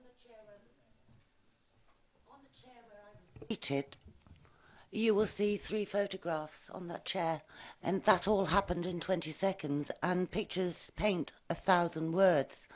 That happened, I'm going to exaggerate, about 28 seconds. Water cascades from a height of 54 metres, which is the top of the hills at Court Can Farm. I just remind Councillor Franks, I know he's new on the committee, but you shouldn't be looking at evidence that's produced on a night that hasn't been put before members of the committee. I apologise. I was told today that 2 photos Yeah. have been already supplied to councillors Yeah. about flooding. And it's very difficult to envisage a situation where you haven't been. So members of the planning committee are fully au fait, those who attended, and will go through the process in due course. I'll ask the officer to come back on flooding, and then we'll get the officer's view. Is there any other member who'd like to ask? It's Mrs. Paula Wilson. Any questions? Otherwise, I'm going to... Yes, Councillor Penrose. It was only one query I had, and we were talking, the lady in her talk was talking about 15-metre extrusions. Is that factual? Because that's longer than even you could put on an articulated vehicle. I mean, an articulated vehicle is only 13.6 metres of trailer, so... Ultimately, it has to be a vehicle that's safe, and therefore they have to be transported is safe. That's a police matter, not a planning matter. So all I can advise you is the vehicles we've been told are 12-metre fixed axle vehicles. That is what's been assessed. Okay. Would you like to come back on any flooding issues? Well, firstly, if I just come back on the drainage issue, there is at condition 16 a full drainage condition. It's a condition that's used, as has been used on other sites, similar sites, which is that prior to the commencement of development, further details of the proposed means of surface water and land drainage to serve the development for the site as a whole, incorporating the proposed access track and site compound, shall be submitted to and approved in writing by the local planning authority, and the development shall at all times be carried out in accordance with the approved details. So that is quite a comprehensive condition dealing with land and surface water drainage, which would require that to be controlled. On the issue of flooding, obviously there has been an issue. We've seen photographs of, and I think those photographs were submitted as part of the objections of various residents to the application. I think it's worth noting that the assessment has been made in respect to this application. Would it make the situation any worse, and would it lead to additional flooding? And that assessment is that no, it wouldn't, and that's why a flood consequences assessment was required to be submitted, and that's why Natural Resources Wales haven't objected, and the drainage engineers haven't objected. But secondly, there is also the issue that the access track to the site is in an area of C2 flood risk, so that access track could be flooded in the future at some point. But the point that has been made is that the access track is not seen as protected development. It doesn't need the access that is gained to this site once the site is constructed is on a very infrequent basis, and Natural Resources Wales do not feel that that is worthy of objecting to the scheme. So I think obviously we have to rely on the comments they have made. Yes. Councillor Andrew Parker.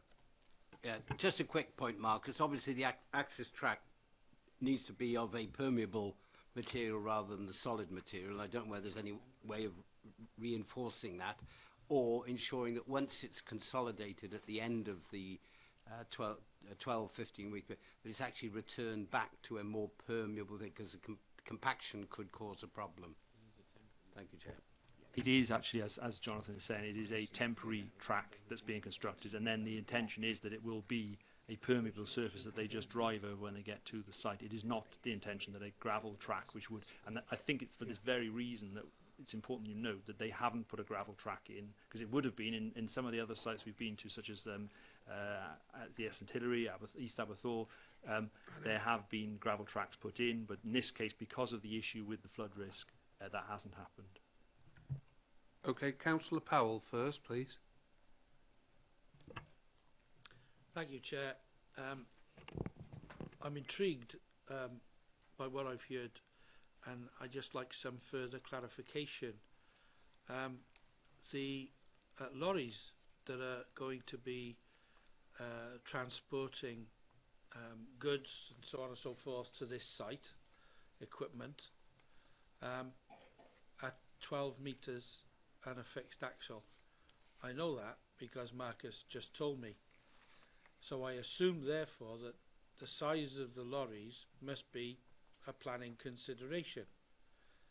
But if they transport something which affects the size of the lorries, which effectively alters the size of the lorries from 12 metres to 15 metres, then Marcus is telling us that that is not a planning consideration. And I'd just like some clarification.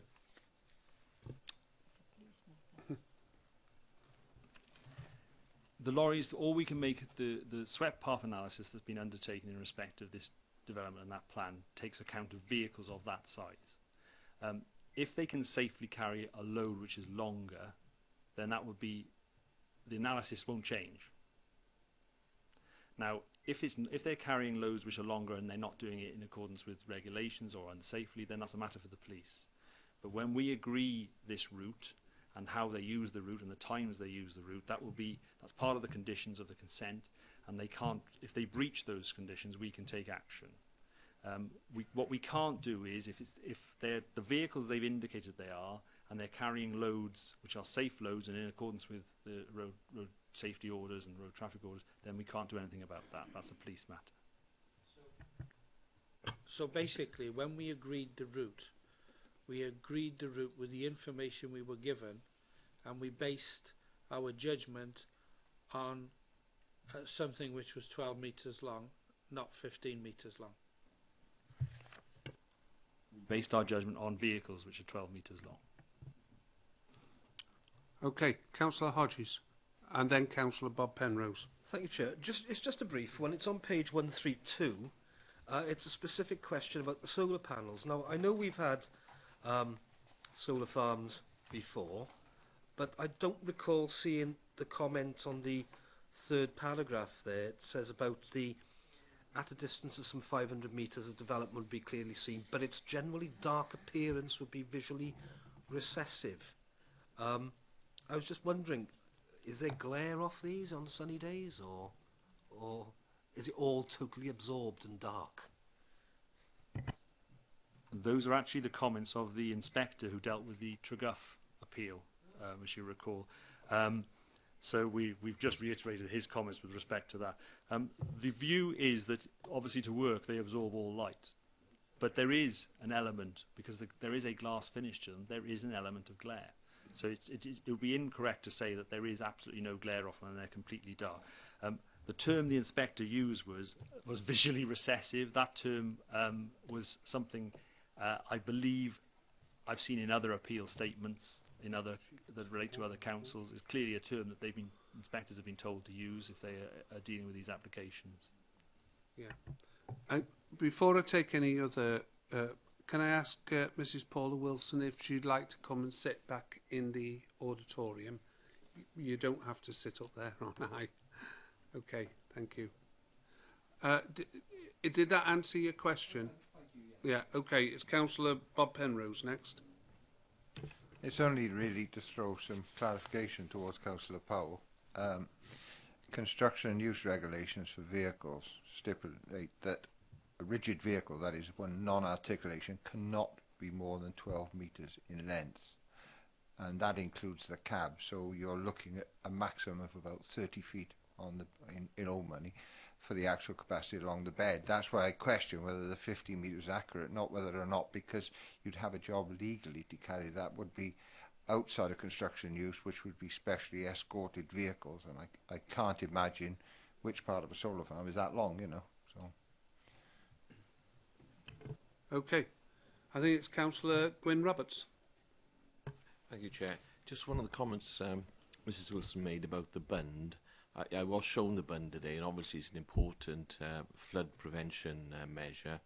But amongst the transport arrangements, there was going to be considerable widening of the access into the site. I just want to be sure that we will be. I think the answer almost certainly be yes, but I would like it explicit that the bund will be protected on any widening of the access or engineering the access for the site.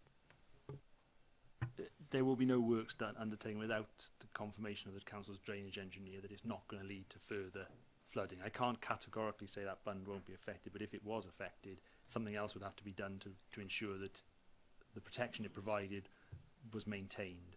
So obviously they will be submitting information to us for discharge as part of the conditions of this consent, and I can categorically say to you that there will be nothing done which would make the situation worse, and we would only approve details once our drainage engineer has accepted them. Okay. Right. The officers are asking us to approve this, subject to those conditions. Could I ask for another point of clarification? The witness mentioned there was an absence. There was reference in the report to flooding issues, but there was an absence in the recommendations. I'm not sure if I've heard a response why it was important enough to put in the report and not in the recommendations. Can someone clarify? Yeah. It is in the recommendation. It's condition 16. Yes, condition 16 deals with that. You'll soon catch up with the committee, Chris Franks. It's yeah, right. Okay then. Yeah, there was a puddle in the gateway. Thank you very much, Councillor Franks. Okay then, it's a matter for the committee now. The officers are asking you to approve the subject to those conditions. Those in favour of officers' recommendation to approve, please show.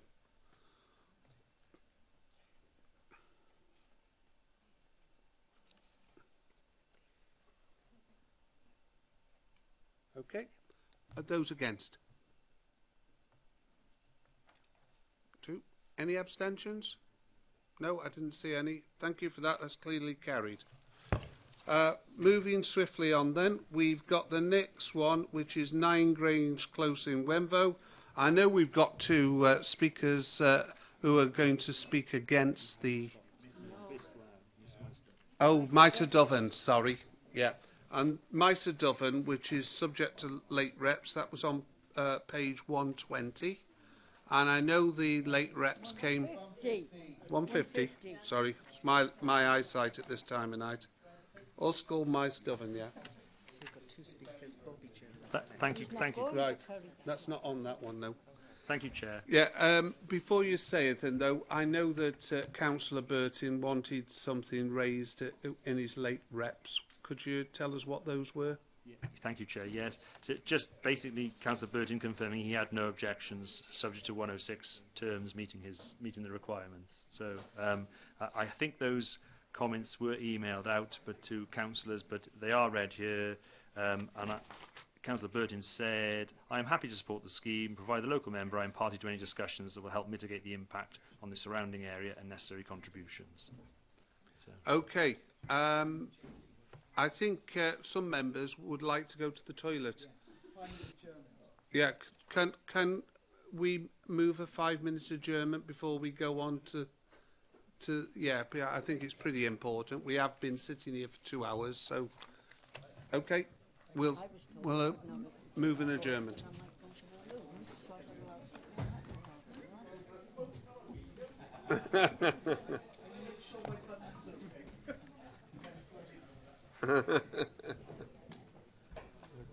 Okay. I can't be bothered. I'll sit here and just cross my legs. It's not the toilet I want, it's a Mars bar to keep me going. My energy levels have been sapped.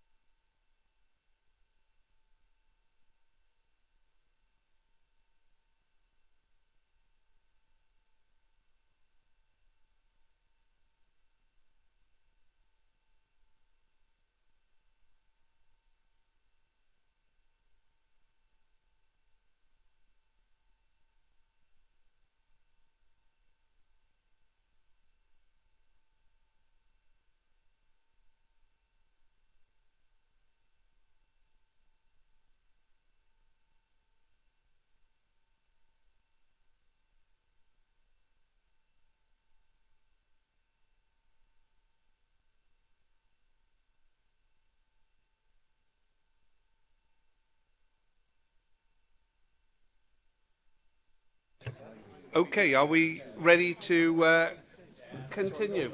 Because I know...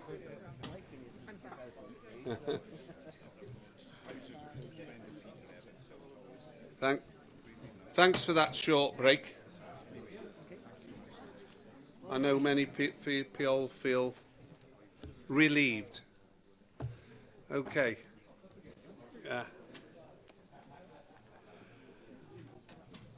I think Marcus was about to give us the report on Yscol Maes Dyfan and tell us the contents of the email that he's received from Councillor Bertin. Okay. Very quickly, I did read the contents out, but basically Councillor Burton has no objection, supports the scheme, subject to 106 requirements meeting the terms set out. The application is before you. It is the second part of the application, members will recall, we considered last month. That's right, it was last month, 14th of May.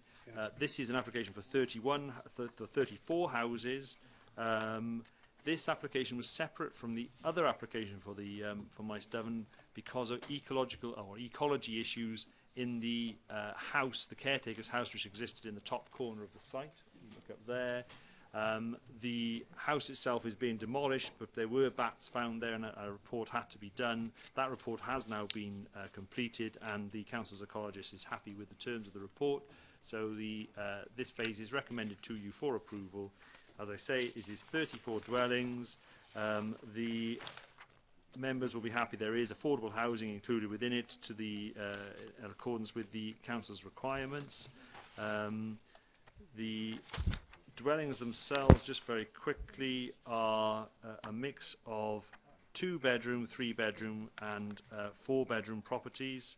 There are also 24 private sale dwellings and 10 affordable dwellings. So, and in the affordable dwellings there are a mix of 1-bedroom properties as well. So it is a good scheme. It is recommended to you as the previous scheme was recommended, and obviously will be developed as an entirety rather than just the two schemes. Oh, right. Moved by Councillor Jeff James, but seconded by Councillor Penrose. Okay then. All those in favour? Well, that's unanimous, so we'll move swiftly on. Back to 9 Grange Close, Wembo. I know that we've got 2 speakers who are against, and that is Mr. Bobby Jones, or Mrs. Bobby Jones, and Miss Esther Rees. Would you like to come and sit up on the top? Thank you. And it'll be similar as before. We'll ask each one of you to speak. You can choose who wants to go first, but the officer will go through the report first. Thank you. Marcus. Thank you, Chair. There are a couple of late items, both of which from Esther Rees, just basically advising members that if they wish to view the application from her property, then that could be done, and setting out some concerns in a second email. This is an application for a new dwelling on the site of an existing bungalow. The dwelling proposed is a part dormer, but part full house size property. The existing property is some 4.5 metres high, and the proposed property extends up to 7.5 metres, I understand, with a 6.9 metre along the main ridge of the part of the property with dormer windows in it, as shown on the plans there now in front of you. Your officers have looked at this scheme. There have been concerns raised by a number of the neighbours, both the neighbours within Grange Close itself and the neighbour to the rear, about possible overlooking. If we look at the rear of the plans now, you will see there are dormers proposed at one end of the property which are away from the neighbour to the rear, and basically the distance between those windows and the neighbour's windows are over 21 metres, which meets the council's requirements for distances. They are also at an angle, so that distance can be reduced in accordance with the council's supplementary planning guidance, but in this particular case it meets it anyway. There are also 2 windows you'll notice in the higher wing, Both of those windows are conditioned to be obscure glazed. One is to a bathroom and one is to a dressing room, and there is a condition requiring them to be obscure glazed. Also, as part of the proposals, if we just go back to just back one to the existing, if we stay here, you'll note, sorry, that's the existing bungalow. On the existing bungalow, there is a garage located between the neighbouring bungalow and this property at the angle of the site. That garage is to be demolished, and you'll notice on this plan a garage attached to the proposed new dwelling itself is also shown. And finally, just to note that the dwelling itself does go slightly closer to the property at the rear, or you can see that the plans there show two wings of the property going closer. One is at the back, which is a room at the back of the garage, and the second is a lounge extension, which is on the opposite side of the property. Members who visited the site will note there was an existing conservatory on the back of the existing bungalow, and it doesn't go actually out as far as that existing conservatory on the side where the garage is, but obviously it does on the side where the lounge is. So your officers do recommend approval on the basis that they consider it to be acceptable in its current form. Okay. I know we've got the two speakers who are against and objecting. Who's going to go first? Is it Mrs. Bobby Jones going first? If I may, please, Esther Rees? Yeah. Thank okay. you. It's Esther Rees then. Yes, thank you. Thank you very much. Good evening. I live in the bungalow at 45 Old Port Road, and my bungalow is situated immediately behind the property at 9 Grange Close, Wenvo. The impact of the proposed development on my bungalow and garden has been grossly underestimated. It would be devastating.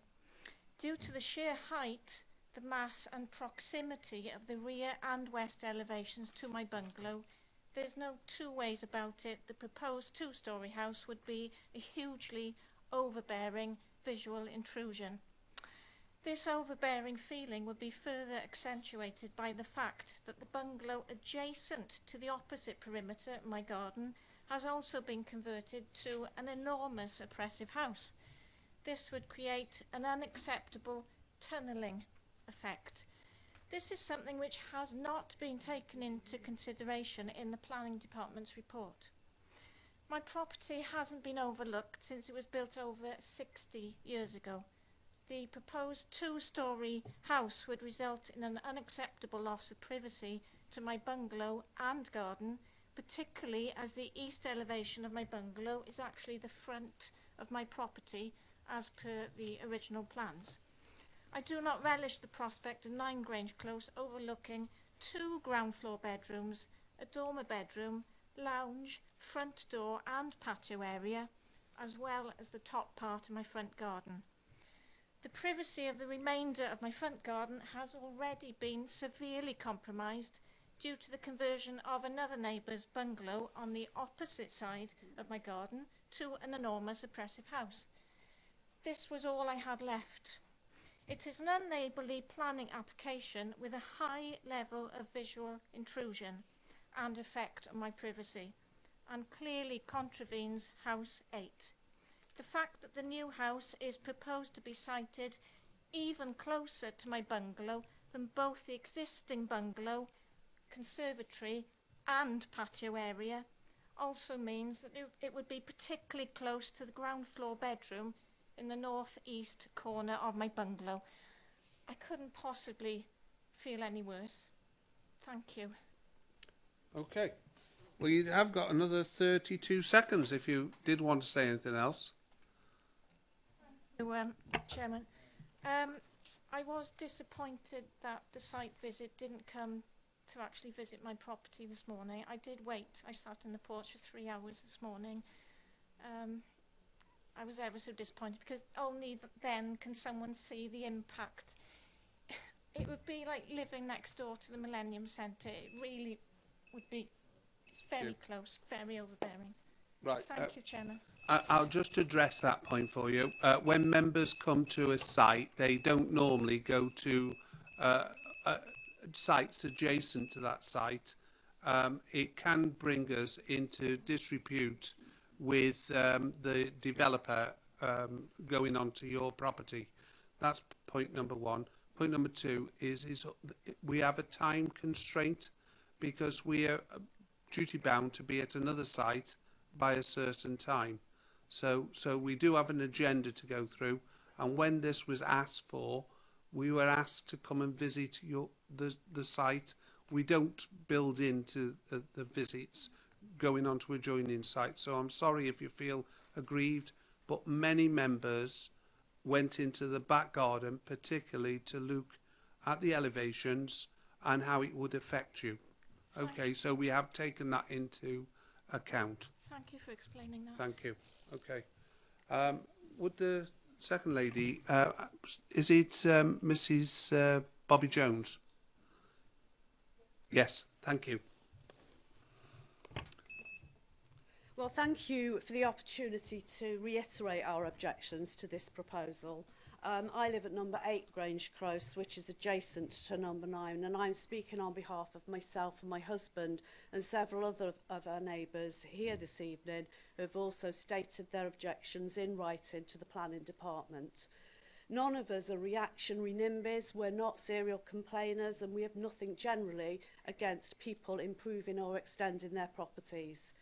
But we are asking that the planning department and this developer, who does not incidentally reside at the proposed location, gives much more thought, respect and consideration to those of us who do already live there. We are advised that this should not be an emotional appeal, that our objections should be grounded in concrete planning criteria.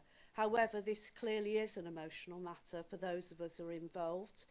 We are immensely upset and distressed by this unneighbourly proposal, which will have a long-lasting harmful impact on our daily lives if approved.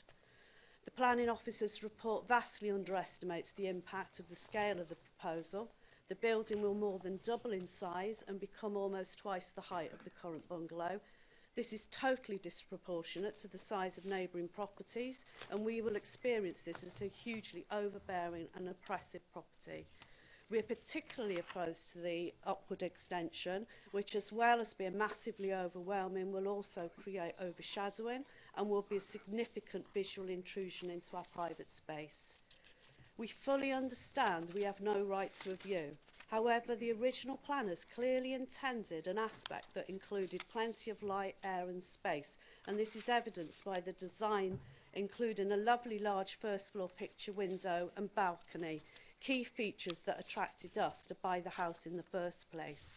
If this building goes ahead, our outlook will be reduced to a totally blank, ugly and featureless tiled roof and shingle gable end in very close proximity, an unacceptable adverse impact on our privacy and on our enjoyment of our property.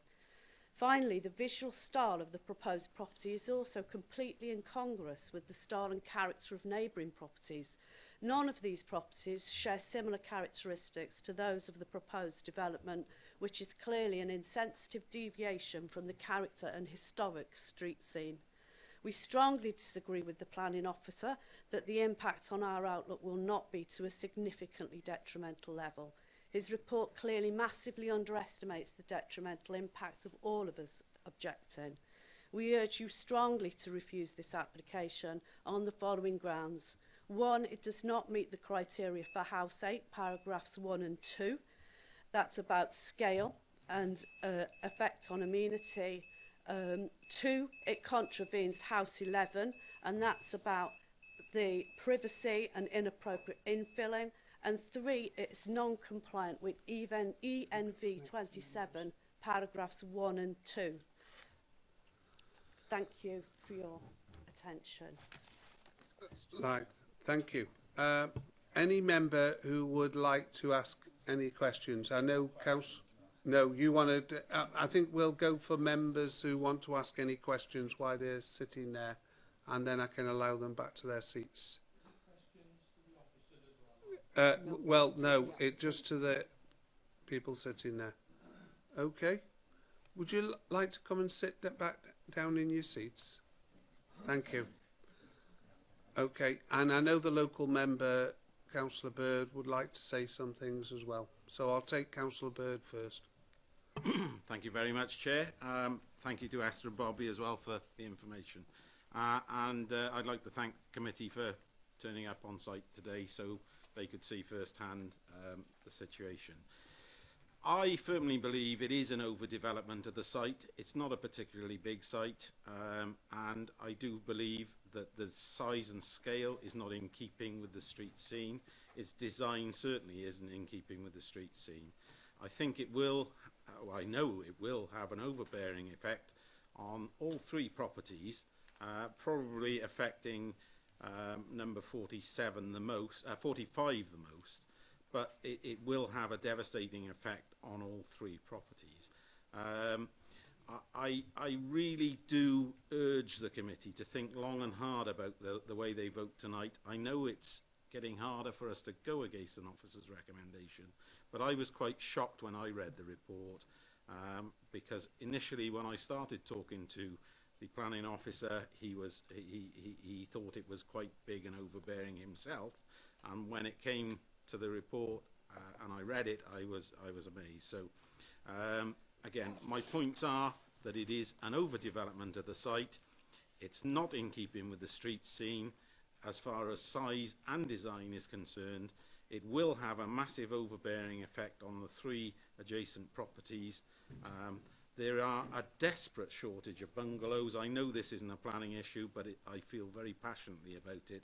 A desperate short of bungalows in the Vale of Glamorgan and probably the whole of the United Kingdom. And to lose another bungalow, I just feel is wrong. And I just urge you, please, think about these people's properties.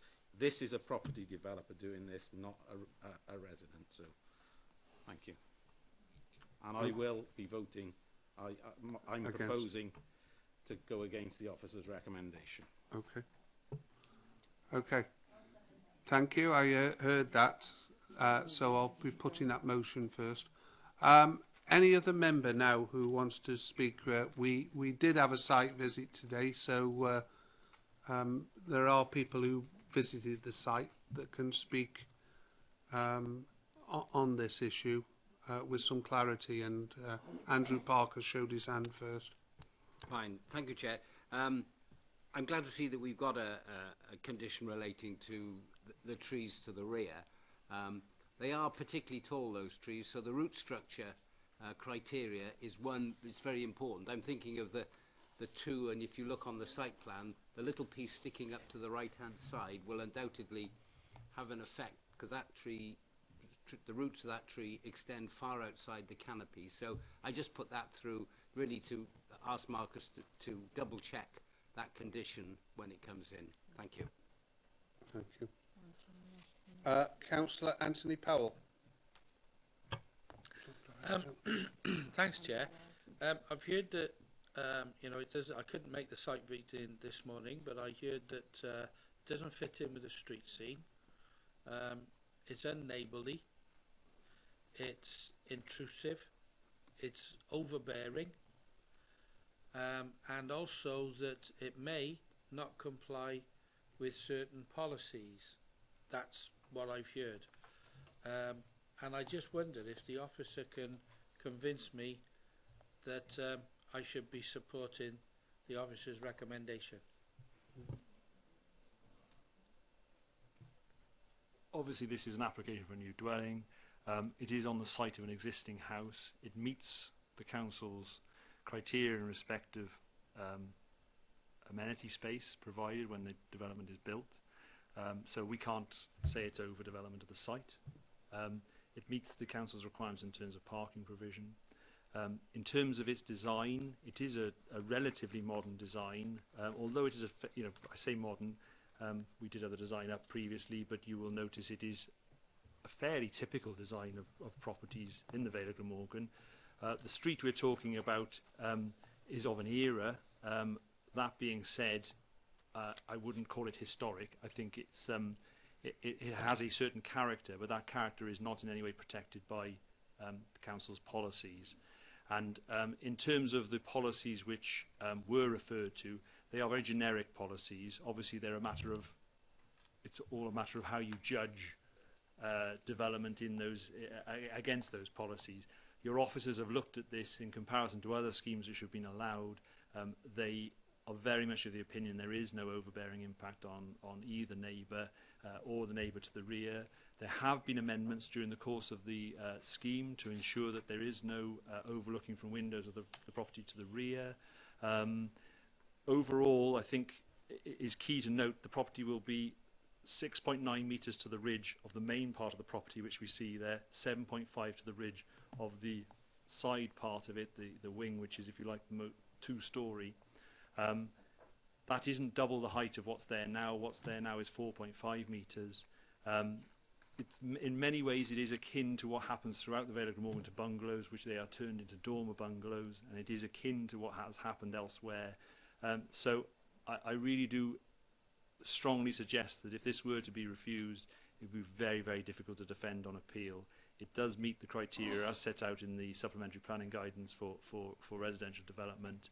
I completely understand the views of the local residents and the neighbours to the scheme.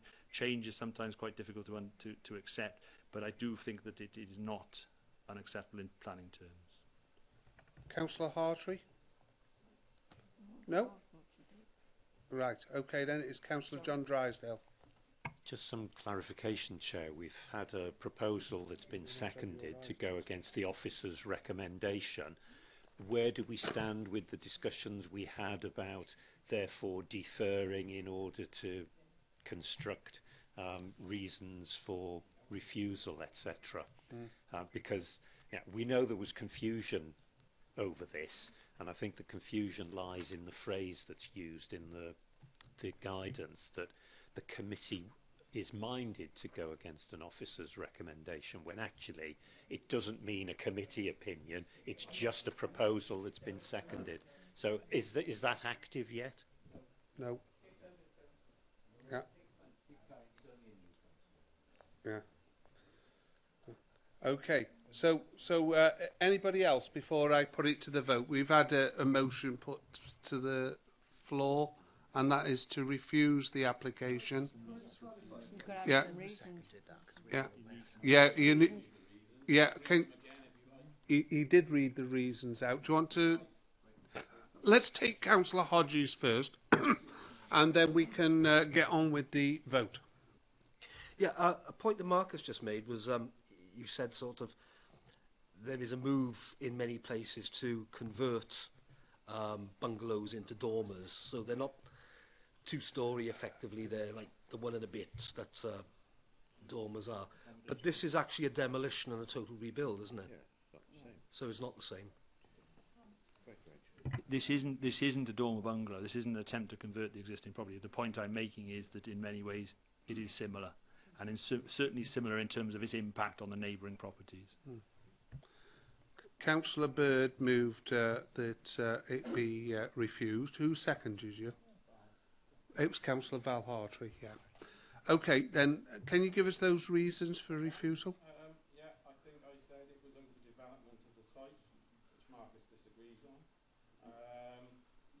Not in keeping with the street scene, both in design and size. The overbearing effect on the three neighbours. I think that I can't really say the shortage of bungalows because it's not a planning. No. So they are the main reasons I would get. Okay. Right. Straight to a vote. Those in favour of Councillor Bird's refusal, please show.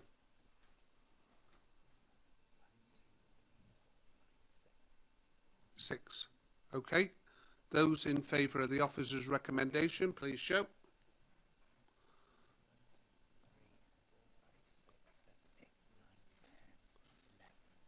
11. Thank you. Those abstentions, can we have those abstentions? 1, 2. Thank you. Okay, then that's clearly carried. Thank you. Now, this is an interesting one. This is subject to a site visit today. It was. We've got some late reps as well. It's on page 202. This is the land adjacent to Beechwood College off Hayes Road, Sully. I think it's a application made by Sully and Lavernock Community Council, and it's to build allotments. So lot of members were there today to view the site, so thank you for turning up for that one, Chris. I'll let the officer lead us on. Thank you, Chair. Yes, we have some late representations. We have the comments of the Council's highway engineer accepting raising no objections to the scheme and the parking layout that's proposed, but suggesting conditions. And we also have a bundle of information submitted by Councillor Bob Penrose in relation to the application. And finally, we have a letter of support for the application from the Chief Executive of Beechwood College. This is an application which has been submitted for allotments or 34 allotments on the land directly to the rear of the former civic amenity site. The civic amenity site is proposed to be used for car parking in association with the allotments. The plan is on the screen here. We can see the land is parcelled up into the various parcels of allotment. It is obviously a scheme which in its own right seems fairly innocuous. We have had the benefit of a discussion about the local development plan today, and I think if I take members directly to the final part of the report, which deals with the recommendation, and you will note that officers are recommending refusal. And essentially the reason for the refusal is based on the conflict with the proposals within the local development plan. It is a very difficult situation. You'll recognise that the local development plan is not yet adopted. We've had the discussions today about it going through, it's about to go through its examination in public with an inspector.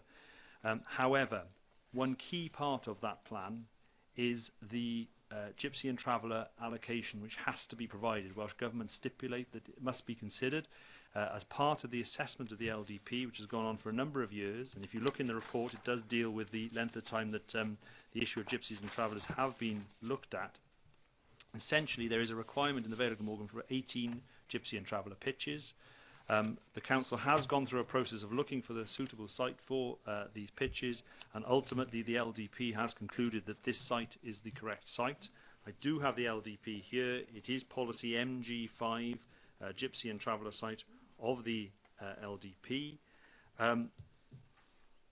Essentially, we are making a recommendation of refusal on the grounds of prematurity, because it would be inappropriate to make a decision on an application recommending an alternative use on this site without the LDP having been properly considered, essentially as this particular issue, which, as we say, is only 18 pitches for caravan, but it's fundamental to the LDP. If this were to fall, the LDP could be found to be unsound on this reason alone. Hence, the recommendation for refusal. You will note in the body of the report that there is an assessment that a previous planning inspector on a site in Wenvo has made, and actually points at this site being allocated in the LDP as a reason for allowing only a temporary consent on a site which was unlawfully occupied originally as a gypsy site, and ultimately gained a temporary consent through the planning appeal process. And the inspector is clearly giving considerable weight to the fact this site is allocated. So we do have to have regard to that as members in considering it. It is unfortunate. The report, as you will note, goes through the issue of allotments. It points out that there are 3 measures or 4 measures of allotment provision within a council's area and within the UK as a whole. And under 3 of those measures, the Vale of Glamorgan underprovides in respect of allotments. On one of the measures it overprovides, but on the other 3 it underprovides. So it is unfortunate that we are in this position. However, we can't make a decision on this without having regard to what the LDP says. It is so fundamental to the consideration of the LDP that your officers have made a recommendation on the grounds of prematurity. Okay. Councillor. Yes, I believe Councillor Marnie wanted to speak on this, so thank you. Thank you for the opportunity to speak. I think it's important to consider the reasons why this application is in. We have here a community council representing its community, trying to provide allotments under its mandatory requirements under the 1908 Allotment Act. We have a demand for allotments in Surrey. We've just heard of the under provision of allotments throughout the Vale. The Community Council, to give a background to this, and you'll see in the adjoining notes provided by Bob Penrose, forwarded on from the Community Council. There's a history since 2008, of requests for allotments and, in fact, bargaining and negotiating with the Vale Council. This picked up quite substantially in recent years, where in correspondence, again, which is contained in here, with Miles Punter, Head of Visible Services, where the Community Council was given the impression that this site was available and would be suitable for allotments. You will also see from the documentation here that the Community Council were asked to provide a business plan. They provided a business plan. They were asked to provide a detailed plan, which you see there now. They provided that. They were asked to give a commitment to run the site. They gave that. They were asked to provide the funding for the construction of the site. They gave that. They were asked to provide soil samples. They eventually gave that. And yet, right at the very last, literally a month before they were given the impression that this was to be put to Cabinet, communication stopped. You will see a break of 3 months in the communication, only to be ended with, I'm afraid, we're not putting it forward. There's an LDP, a proposal for a travelling gypsy site. Now, one of the things that was drummed into me in my 18 months or so as a member of this planning committee is that we examine individual applications on their own merits. Drummed into me by my mentor here, Fred Johnson. In fact, I was appalled to see reference to the LDP and an alternative use for this site. As Marcus has already said, we are talking about something has not been adopted, has not been voted on, has not been approved by the Welsh Assembly, and yet this has been put forward as a reason for turning down this very worthy cause.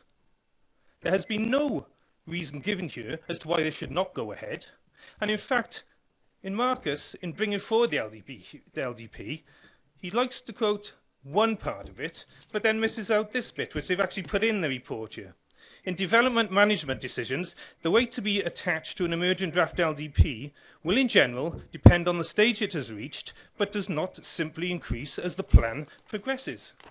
That's there in black and white.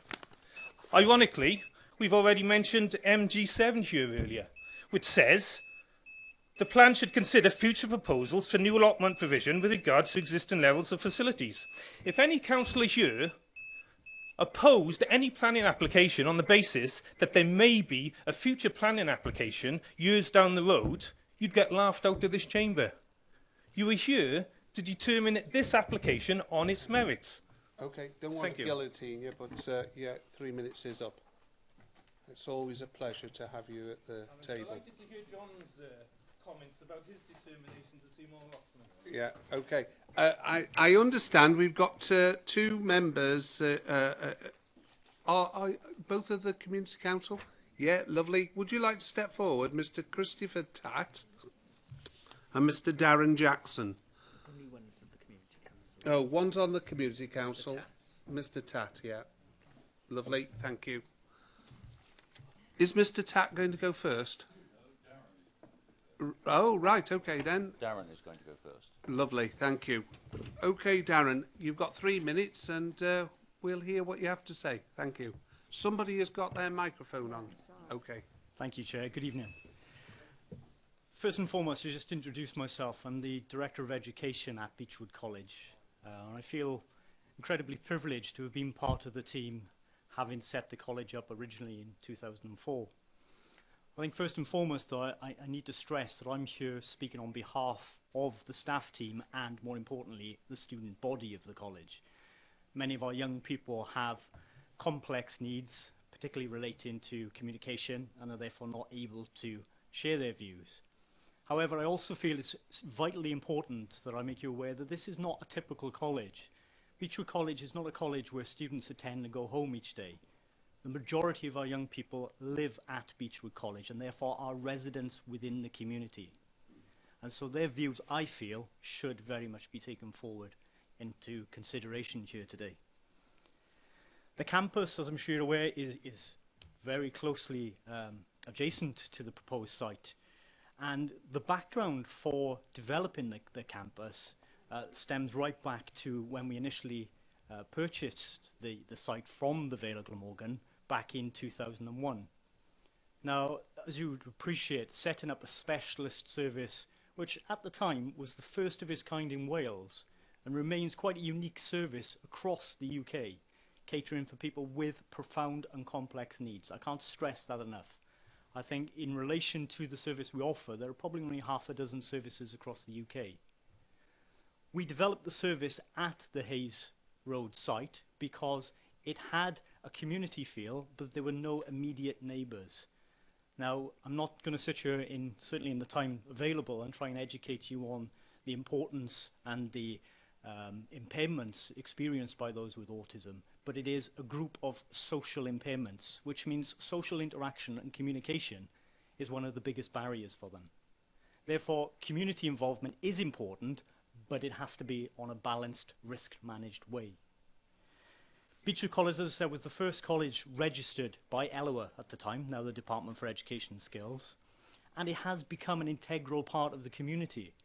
For those who are familiar with Sully will know that our students frequent the village, I would say daily, if it's hourly, okay?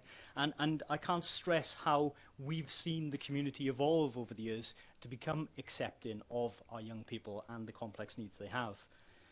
But let's not forget, we're not talking just the 67 complex students who reside at the college. We're talking also about the 250 staff that we employ at Beechwood College, many of which are from the Vale, many of which have gained their first form of employment with us. Again, I'm not here to talk about Beechwood College per se, but I think the question that needs to be put forward here is that with the prematurity agreement that's been put forward by the office here, again, as a fellow speaker talked, it carries very little weight against this argument for the allotments. The allotments were initially requested back in 2011 by Beechwood College and the local community. Thank you. Can I wind up there, because your 3 minutes is clearly up, Sure. and we've got another speaker. Okay, Thank you for that. Wholeheartedly, we support the situation. We support the application. What I would say is, I put it to the officer, it's your decision to make. However, your decision is, do you put it in the interests of the travelling community, or do you put it in the interests of your long-standing residential community and the needs of those with complex needs and learning impairments? Thank you for that. Thank you. Okay. Would you like to carry on? And then we may have some questions for you. We'll see. Thank you. Good evening. Thank you for the opportunity to speak. I'm Christopher Satt, a member of the Sully Community Council. I'll focus on two reasons why the officer's recommendation for refusal of the application is not valid or sound. The Community Council's application for the site is considered by the officers premature pending the adoption of the deposit LDP. Factually, the situation is completely the opposite. The Sully and Levenlock Community Council have been trying to obtain the site since 2008. Our actions and submissions predate the proposals for a gypsy and traveller site in the LDP by 5 or 6 years. The Community Council is an allotment authority within the provisions of the 1908 Small Holdings and Allotment Act, and have a legal responsibility to provide allotments if 8 or more residents apply. In February 2009, we approached the Vale Council and were told no land was available. In 2010, we informed the Vale Council that the waiting list for allotments had grown to 16. The same year, the Vale Council informed us in writing that land was now available in Hayes Road, the site you visited today.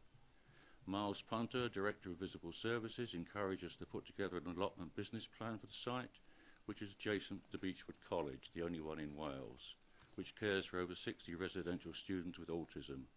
We decided to work with Beechwood College and make this a community project following the Welsh Government guidelines. The local primary school was also invited to participate. Beechwood College provided an architect to design the site layout, some of which will be made available to the students, as it's recognised that students with autism benefit greatly from this type of project and ongoing activity. A detailed business plan was submitted to Mr. Punter, a massive plan,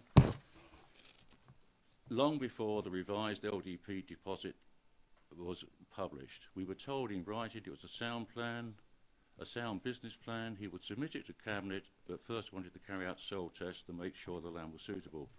Many months passed, no tests were carried out. Eventually the Community Council organised and funded the tests. The results showed the land was suitable. I'm sure we will understand we were shocked when, after all the encouragement and submission of the requested business plan, the Vale Council produced a draft LDP proposing to try and take the site away from Surrey residents and Beechwood College. My second point is that the draft LDP and the officer's recent report, which refuses our application, contains no considerations at all of the beneficial effects of the allotment application for the students. Nor is there any proposal by the Vale to carry out a full medical assessment of the effect of their proposals of a gypsy and traveller site on the autistic students. The very least that you should be doing is funding an independent medical assessment of both proposals. I would question whether your health and safety officers or your medical advisors have been consulted on this issue. The Surrey and Lavernock waiting list for allotments has now grown to 26 plus Beechwood College requirements. An LDP background paper states that the Vale's waiting list for allotments has grown by 80% to over 900 people. The LDP has no specific proposals to deal with this demand despite your statutory responsibilities. In summary, our strong community need for the site predates the provision in the LDP by several years and cannot be considered an application which is premature. Secondly, the Vale Council have failed to consider or carry out an independent medical assessment of their gypsy and traveller proposals, nor have they considered the benefits of this allotment application on the residential students of Beechwood College. We would be grateful if an elected member called in the proposed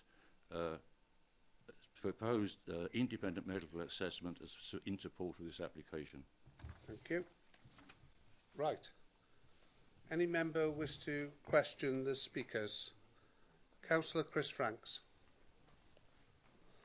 Could I ask the gentleman from the college to explain in what way his students would benefit?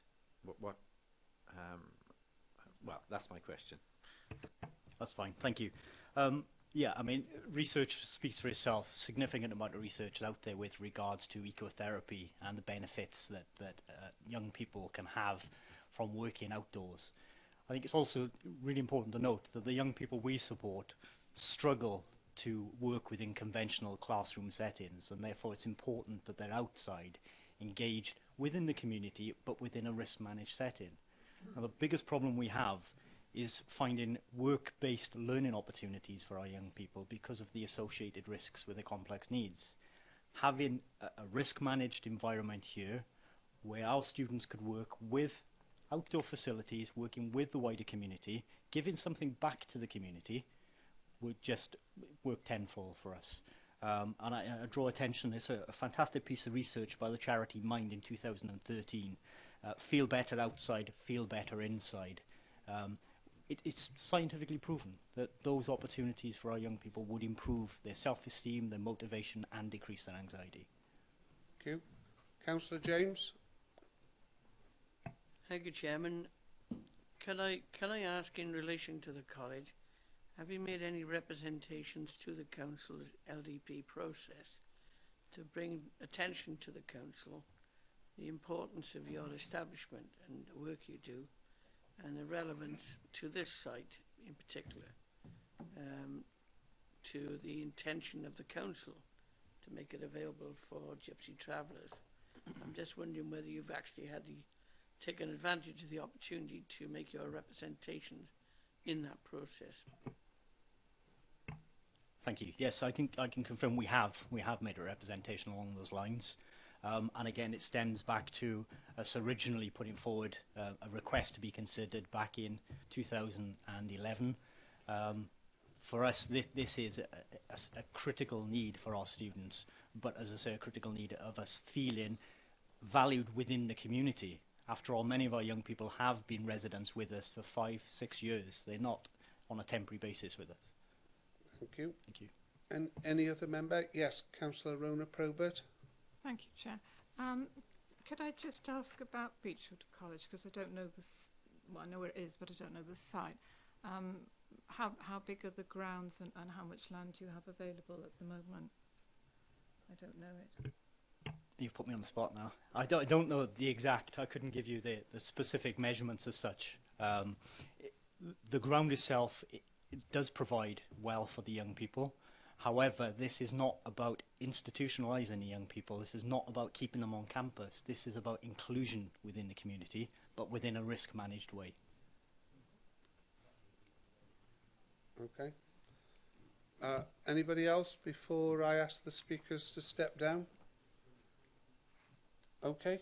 Would you like to come back into your places? Thank you. Right. I think Councillor... Yeah, the council officers now can comment on what has been said, and then I'll invite Councillor Penrose. Thank you, Chair. Yes. What I would say, obviously, we've listened to the comments there from the gentleman from Beechwood College. I would point out they do have their own facilities within their site. We are aware of that. They have been approved. Notwithstanding that, the key issue here relates back to prematurity in respect of the local development plan. I understand the unhappiness with the recommendation. However, this plan is a key part of taking planning forward in Vale of Glamorgan until 2026. If this facility were not available in terms of Gypsy and Traveller site, there is a very real chance that plan would no longer be sound in the eyes of an inspector. It could have very serious implications for that plan. That is why the recommendation has been made that it must properly be considered through the planning process. And that is, there are very few sites actually where we talk about prematurity. You know, we've got a 200 house site in the north end of Barry, and we've used the argument of prematurity there. This obviously seems a much smaller site, but in many ways, this site is more key to the plan going forward than any other development, because we have to provide for gypsies and travellers, whatever your view on that as a councillor, we have to, by virtue of Welsh Government rules, provide for them. And this site has been identified in the LDP as a site suitable for doing so. Okay. Right. So Councillor Penrose was first, then I'll take Councillor Andrew Parker. Thank you, Chair. First of all, I'd like to thank, obviously, the speakers, Councillor Marnie, Darrell from the college, and Councillor Tatt. To a degree, they've stolen a lot of my thunder, but I would like to go on to some what I would class as inaccuracies which appear in the officer's report. The first one is page 203, the first paragraph, state that the site is currently occupied by travellers. This, in fact, should read as that the site is currently illegally occupied by travellers. This has been encouraged and brought about by the Vale of Glamorgan's failure to instigate police action to apply legislation to legally remove the travellers from this council-owned site. The second point is page 216, paragraph 3 states, this site could meet some or all of that demand. However, it's not been demonstrated that the need could not be met elsewhere. This statement is totally incorrect, as the correspondence which I attached as late submissions, dating from 2008 to present, shows that there's been mutual agreement by both parties, the Community Council and the Vale of Glamorgan Council, that all other alternative sites have been explored and rejected other than Hayes Road. That is the only parcel of land in Surrey available and suitable for allotments. Page 213, paragraphs 5 and 6 go to great length to state that the parcel land at Hayes Road was deemed by their Gypsy and Traveller Site Assessment Background Paper of September 2013 to be the most suitable site.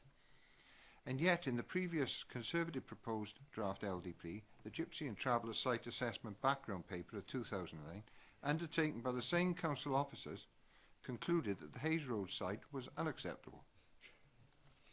There has been no change in the criteria of those reports, bar a degree of plagiarism on the last paragraph, where the wording was changed from unacceptable to acceptable, without any justification for those comments. The rejection of the planning application on the grounds of prematurity, predetermination, I don't feel can be correct or sound, as the allotment consultation commenced in 2008, well before the draft LDP was conceived in 2013. Some 5 years later, accordingly, I consider the previous UDP should be applicable in this case, and not the draft LDP, which, as Councillor Marnie has pointed out, has not yet passed through and should not be determined on what stage it is in Council. We do sometimes seem to, and I get confused even as a planning committee member, on when we choose to use the LDPs and when we choose to do the EDPs. There seems to be a lot of variety on this. What I would ask members of this planning committee, I know I can rely on them, is to be totally objective of this. I would thank everybody who attended the side meeting this morning, and I heard comments ranging for, I didn't even know this was here. It's great, I could walk my dog here, it's pleasant, it's right on the coastal footpath, which it certainly is.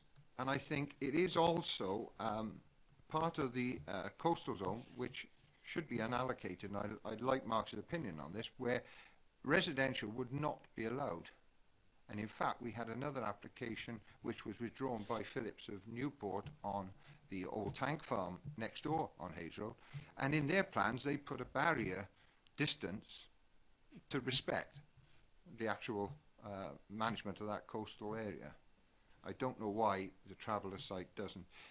I don't think it needs to spell out to members that if we're going to encourage tourism, which we are doing in Surrey, there's some lots of developments going ahead to encourage tourism. We're encouraging the use of the coastal footpath in line with the Welsh Government recommendations.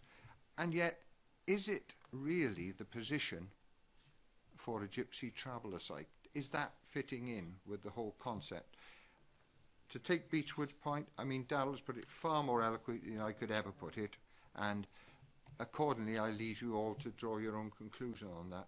The only thing I would say as a local and as a dog walker, when I meet the students from Beechwood College, I know they have an aversion to dogs, and they're not ever so comfortable with strangers. And the locals know, and we respect it, and dogs are put on leads and walked around. And I think, you know, are they going to get that same respect should it be a gypsy traveller site? What I'd like to do now is to really put forward that we should overrule the officer's suggestions on this, and I'd like to propose that we go for a vote on granting Surrey Community Council planning permission for the development of allotments. Okay. You'll second it, Councillor Bird. Okay. Thank you. Right, I've got some other speakers then. Councillor Parker showed his hand first. Thank you, Chair. Obviously, we were all very moved by Darrell's explanation as to the considerable work that he was doing, and I mean, we all applaud that. My concern actually goes back to the route of the LDP now. The use of this site as a traveller site and gypsy site should have taken into consideration what we've heard tonight, and I would like some reassurance that even if that hasn't been done comprehensively to date for the LDP, that would be done in order that the inspector can understand both points of view. And then obviously the other thing is, I totally agree with Bob Penrose that allowing residential development, particularly understanding the nature of a gypsy caravan site as an intrusion into the coastal park, is one that would concern me as well. Thank you. Okay, I think Marcus can come in. I think that he would like to respond to Bob Penrose and to you, Councillor Parker. I've got very few comments to make, really. Obviously, the reasons why the recommendation for refusal is made are clear. Firstly, just a couple of points of clarification. The gentleman from Beechwood College advised that he'd made statements and made comments in respect to the LDP. Those comments will be available.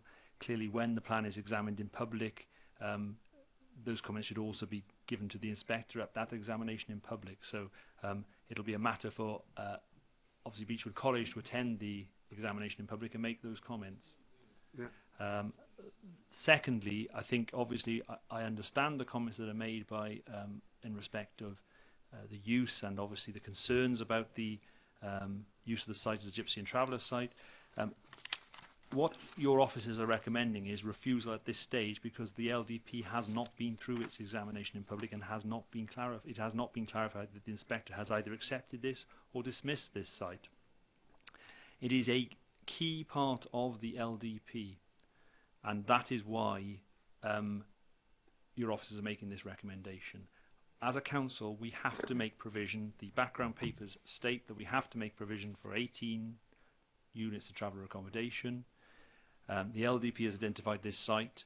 If during the course of the examination in public it's shown not to be the suitable site, then the council will have to come up with an alternative. But the fact of the matter remains, this has now reached the point where it is going forward to an examination in public with this site identified for those purposes. I know reference was made to previous reports and what the requirements were in those previous reports. I think the report does make it quite clear that the actual requirements have changed over time. Originally, I believe it was a requirement for 6 permanent pitches and a number of transit pitches. That has changed, as it will do so in the future, I'm sure, as when another Gypsy and Traveller assessment is undertaken as the plan goes forward into its review in 4 years' time. So the point is none of these things are static. They change all the time. To refer back to something that happened in 2007 is very disingenuous because time moves forward and everything has to be assessed as it stands now. So I'll just conclude by saying it's set out very clearly in here. Officers are not saying the site is unsuitable for allotments. What they're saying is it is not appropriate to consider that at this time when the LDP is in its current position because of the fundamental allocation relating to this site. I will add one final point.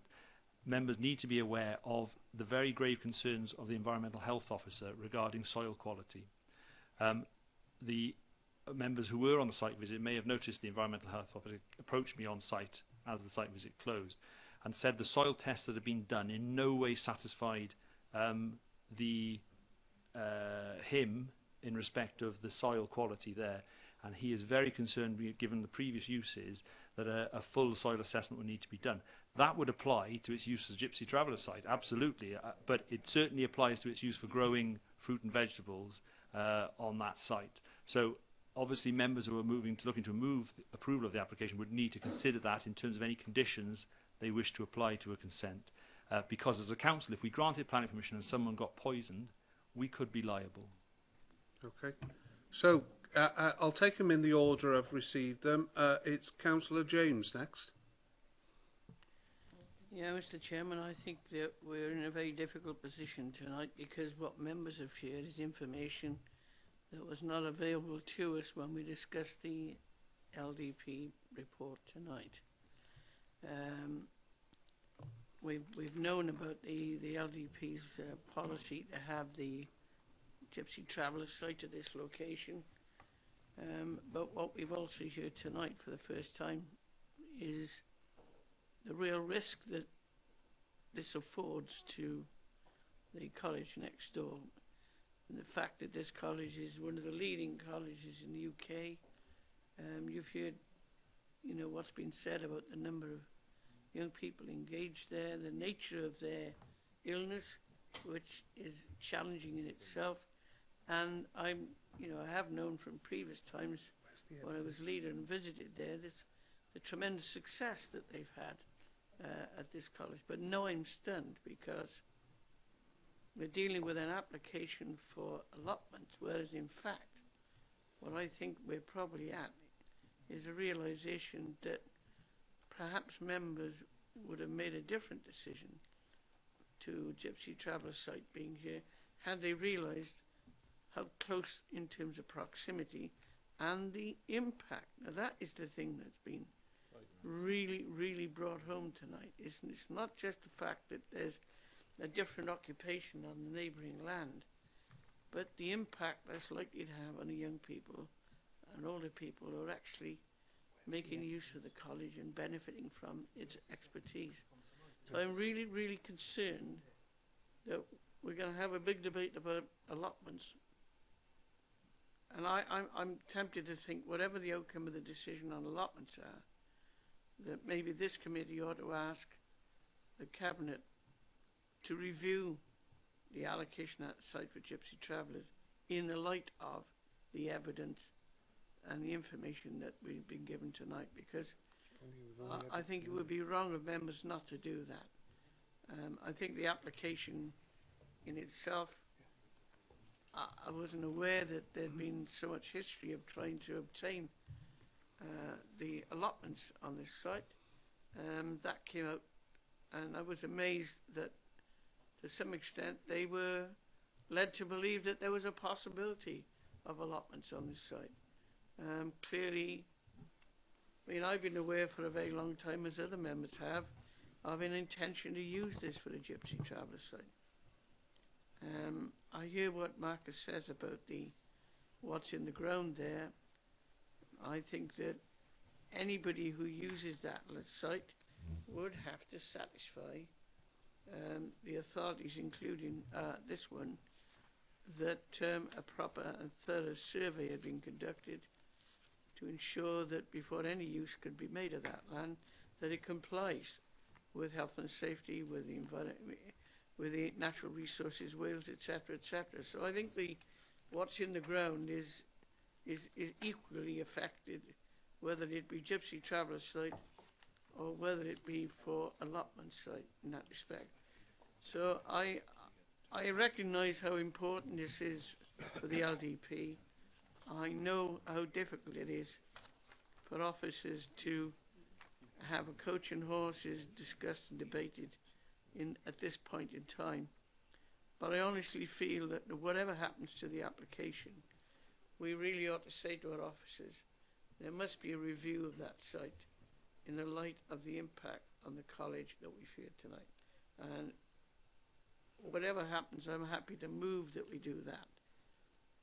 And I think that doesn't really bear whether or not we approve or don't approve this application. I think that's incredibly important, and members need to satisfy themselves that that review is being done. Thank you. Thank you. I will call Councillor Penrose back, and I think Councillor Audrey Preston indicated she wanted to speak. Sorry? Yeah. So, Councillor Penrose. Thank you, Chair. Yeah, I share obviously the concerns of Councillor James, and I do think that it is a subject that should be taken on to look at the LDP, whatever the usage of the site is, in bear all the information we had this evening. The other thing which does concern me, and that is, if we as a committee, if the vote goes to refusal, I have no doubt that perhaps Surrey Community Council will go for appeal with a public hearing. And that brings in the scenario which could be fearful that if that appeal was lost, then it drags the whole LDP into a problem area because it doesn't meet that criteria. So perhaps what Councillor James is saying is the right form to take, because it's very hard for this committee to make a decision without all the facts being first analysed. Yeah. From my point of view, as the chair of this committee, I won't be asking Councillor James to put that to anybody. These are two separate matters. The matter before us is, are we going to approve this? What we've heard from that gentleman today is a separate matter altogether. He's brought that to this committee tonight, knowing that this application has been ongoing for a long time. There is no evidence that has been put before anybody here today about whether this site goes ahead, it'll have an effect on those children. I'd want to see that evidence. He has the opportunity later on to put that evidence before an inspector, and the inspector will make that decision.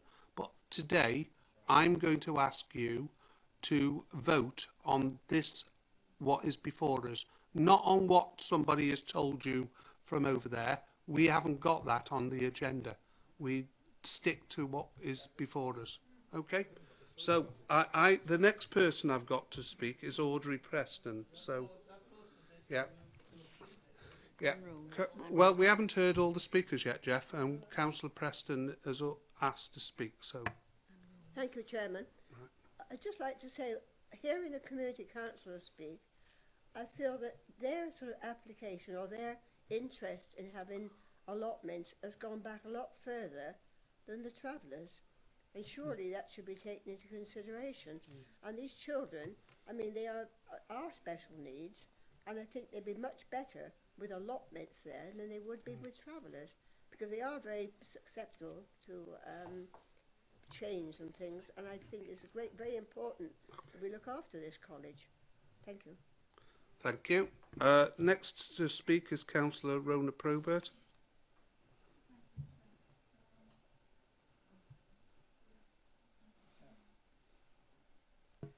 Okay, there's a couple of things I wanted to say, but the first is a question. Have there been reported problems with the existing, as it was being pointed out, illegally camped travellers on that site already? Yeah, the only problem with that is that it would be irrelevant, so we ought to... Well, I'm assuming that, as I haven't heard of any, that there haven't been any problems. I just wanted to clarify that the gentleman referring to problems with the gypsy and travellers actually mean problems with anybody living on that site, and not referring to a specific group of people. In that regard, let's look at it charitably, because I think we have to tread very carefully here. However, somebody did just say there'd be a lot better off with allotments there than with travellers there. I don't think that's an acceptable comment to make. You mean No. with residents living there? Yeah. People there. Because of people living there. So we could be talking about a housing development. I'm trying to be charitable to you. No. No, well, you wouldn't, would you? I just wanted to clarify what Marcus said. So what you're saying is that under the old LDP, UDP, sorry, the allocation was for 6 pitches, and now it's for 18 pitches. Would you just clarify, Marcus? No, the previous supporting documentation that was done in the work up to the original LDP talked about a need for 6 permanent pitches and I believe it's 11 transit pitches. I'll have to clarify. It's in the report here. I'll just see if I can find it now. But this site wasn't allocated in that original LDP to deal with that. The new report that was undertaken for the council in 2013 identified a need for 18 pitches full stop, no matter whether they were permanent or transit pitches. So I was trying to make the point that as time moves on, requirements do change in respect of gypsies and travellers. Legislation changes, guidance changes as well from Welsh Government. And it is clear that at the time when the LDP was first being prepared, the guidance was not as strong from Welsh Government in terms of provision. It was a general presumption in favour of provision, but you did not have to do so. The general feeling now under the newest guidance is that every council has to make provision for gypsies and travellers within sight. So the point I was trying to make was that obviously as time moves on, legislation changes, guidance changes, and the situation changes on the ground. So it's not really appropriate to refer back to something happening in 2007 and 8 and say, well, that's what it was then, so surely that must be the same as now. It can't be. Legislation, guidance, what Welsh Government wants and doesn't want changes constantly. So we have to work within those remits. Thank you. So the situation is that if the site is found to be unsuitable following the inspection and of the deposit LDP, the application in front of us could be made again. Is that right? Absolutely. If obviously that would be for the applicants or the council, but what we are saying is in advance of the examination of the LDP, it is premature to make a decision on this in that regard. Have you finished? Thank you very much. I've got another speaker now. It's Rhiannon Birch. Thank you, Chair. Can I ask, how long has the site been occupied by travellers?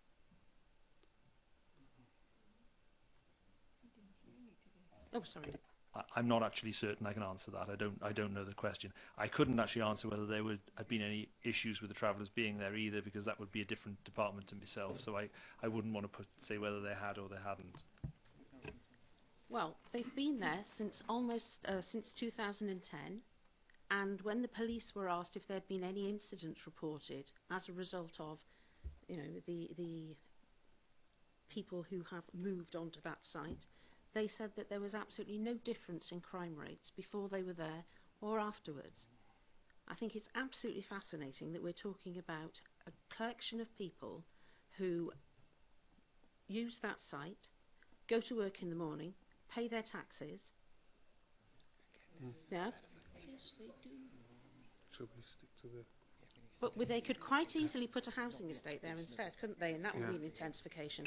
So I'm not quite sure what effect these people have on any member of the community, whether or not they are in a college. I think what we've got to be mindful of, we've got an application here to put allotments on this site, and I don't think we should stray into people or... I agree with you, and I think I'm going to draw into a conclusion. Yeah. Can I just make one very quick point? I know that Councillor James mentioned about making recommendations as well about the LDP. Can I just draw your attention back to the information that Emma gave previously, and that obviously the LDP report came to us on today, on the 4th of June, but is going to the Scrutiny Committee on the 16th of June, Cabinet on the 22nd of June, and then Council on the 24th of June. And that is the time, rather than this making recommendations as you did, I think that is the time for you to make the points you wanted to make about the LDP. So quite rightly, the Chairman has said, we are considering an application. We need to be very careful we don't go beyond the remit of considering what the application is. Chairman, I'd be happy to accept that, you know, Marcus would review this matter himself between now and the council meeting anyway. That would suit me. Thank you. I know that it's been moved and seconded that we... sorry?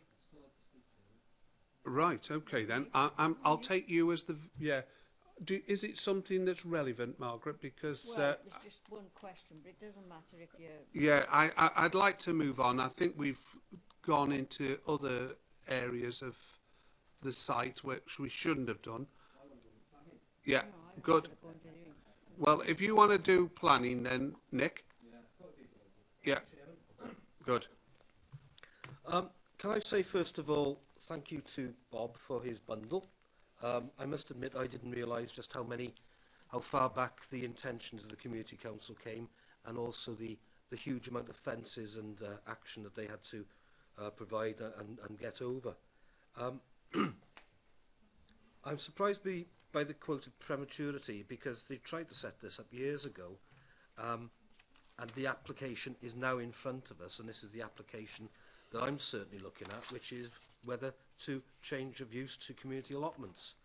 Now, I'm mindful of other policies that we have in this council and other schemes that have been set up by the leading groups, and that was reshaping services, which is in times of austerity, which we are forced to endure, where community councils and a third party and other groups come forward with plans for facilities that we either can't afford to continue or can't afford to set up in the first place. So I welcome and I congratulate Sully and Lavernock Community Council on their initiative, which has obviously been going on for some years.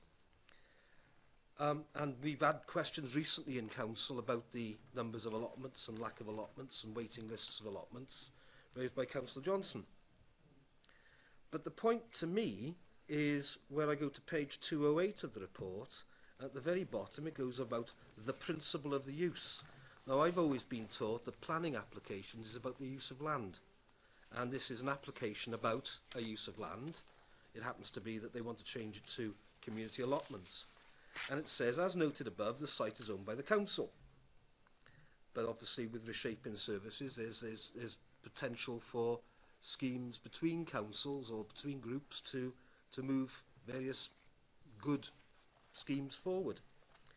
and it says that it's currently occupied by travellers. Well, I don't care who it's occupied by, but it's currently occupied without the benefit of planning consent. Now, what we're doing tonight is looking potentially to give planning consent to someone to make use of the land. So if I have a choice between a valid application and lack of and something that currently has lack of planning consent, I know which way I'm probably waving towards. But what I would say is this: should we make provision where we have an illegal occupation, as within the papers, bounce us into deciding where our actual provision of gypsy or traveller provision should be? I mean, we used to say years ago that it was Clangan, and other sites were looked at. And all of a sudden, we have an occupation without the benefit of planning consent, which seemed automatically to become the view of this council. Yet it still even doesn't have planning consent. Now, LDP or no LDP, we are supposed to have had gypsy and traveller provision for years. And only last week in the newspapers there was news of, I think, 5 Welsh county councils getting Welsh Government grant to help with traveller provision because they made applications in order to fulfil their needs and obligations. So what I see before me is an application, and a proper application, to set up community allotments. And as that's the only application in front of me, and I think it's been validly set forward, and contamination or no, we know that contaminated land can be sorted and put right, and it sounds like Sully and Lavernock Community Council are willing to invest a significant amount of money into this. I have no issue with that. It would come back to us, no doubt, but to show that it's satisfied. But as it happens, Chairman, I can't see any reason why I can't vote for this. Okay, thank you for that. I'm going to go to the vote because we've spent a long time on this. I think it was moved by Councillor Bird, was it? That's right, okay. Would you like to read out what you put for your recommendation, Bob? Thank you, Chair. Yes, I move that we go against officer's recommendation. I propose that we afford planning permission to Surrey and Lavernock Community Council for the use as community allotments. Okay, moved and seconded. Those in favour of Bob Penrose's motion, please show.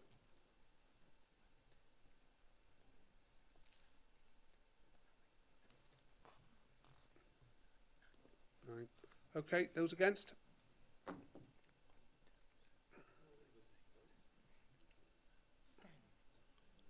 Okay. Those in favour of refusing this application, please show.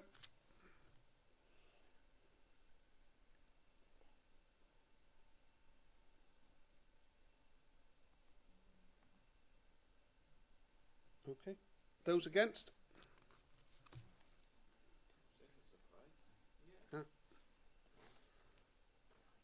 Okay, that's clearly carried. Thanks for that. We'll move on to 14 Clinton Avenue, Penarth. Thank you, Chair. Marcus. Yes, thank you, Chair. We have one late representation, which is item 7 from a neighbouring property raising concerns about the loss of light. Yeah. Okay. I think this was called to committee, Marcus, by the local member, was it? Maureen Kelly Owen called it in, did she? And, yeah, so you're going to speak on behalf of Maureen? Yes, I know, but you're going to speak now. Oh, yeah, sorry, as the ward member. Yes, yeah, quite. Thank you.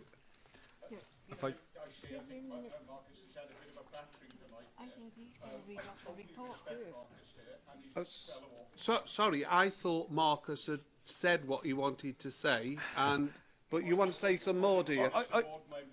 All I wanted to say was it is an application for a two-storey extension at the rear of the property, a single-storey extension at the side, either side, and a extension at the rear, which includes a basement. Sorry, that was all I wanted to add. Yeah, it's just a straightforward...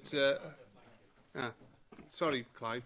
Yeah, I totally respect Marcus and his team there, but I was told 30 years ago on planning that the officers must think with their heads and that the councils must think with their hearts. Now, there's two things here. I think this is totally overdevelopment there. I think you've had two applications, you've had two letters of objections from residents who are professionally qualified. And then today, you've had a lady living next door, and she's emailed to state, I am registered blind, and it's very important to maintain as much light as I can into my property. I know enough about planning to realise that light is not an issue on planning, but in this case I feel it's very important, especially when it's added to the other reasons for the objections. The approval has been proposed despite previous objections, but I wondered if this extra objections tips the balance in any way. Thank you, Mr. Chairman. Okay. Any other member? Okay. Are you moving anything, or...? Yes, I'd like to remove refusal. And there are various objections, but I won't bother because I'm sure it'll... Yeah, have you got a seconder? Seconded, okay then. We've got a mover and a second. Are you going to move something else? No, I'm sure I would lose it at the vote. So. Okay. Those in favour of the officer's recommendation, please show.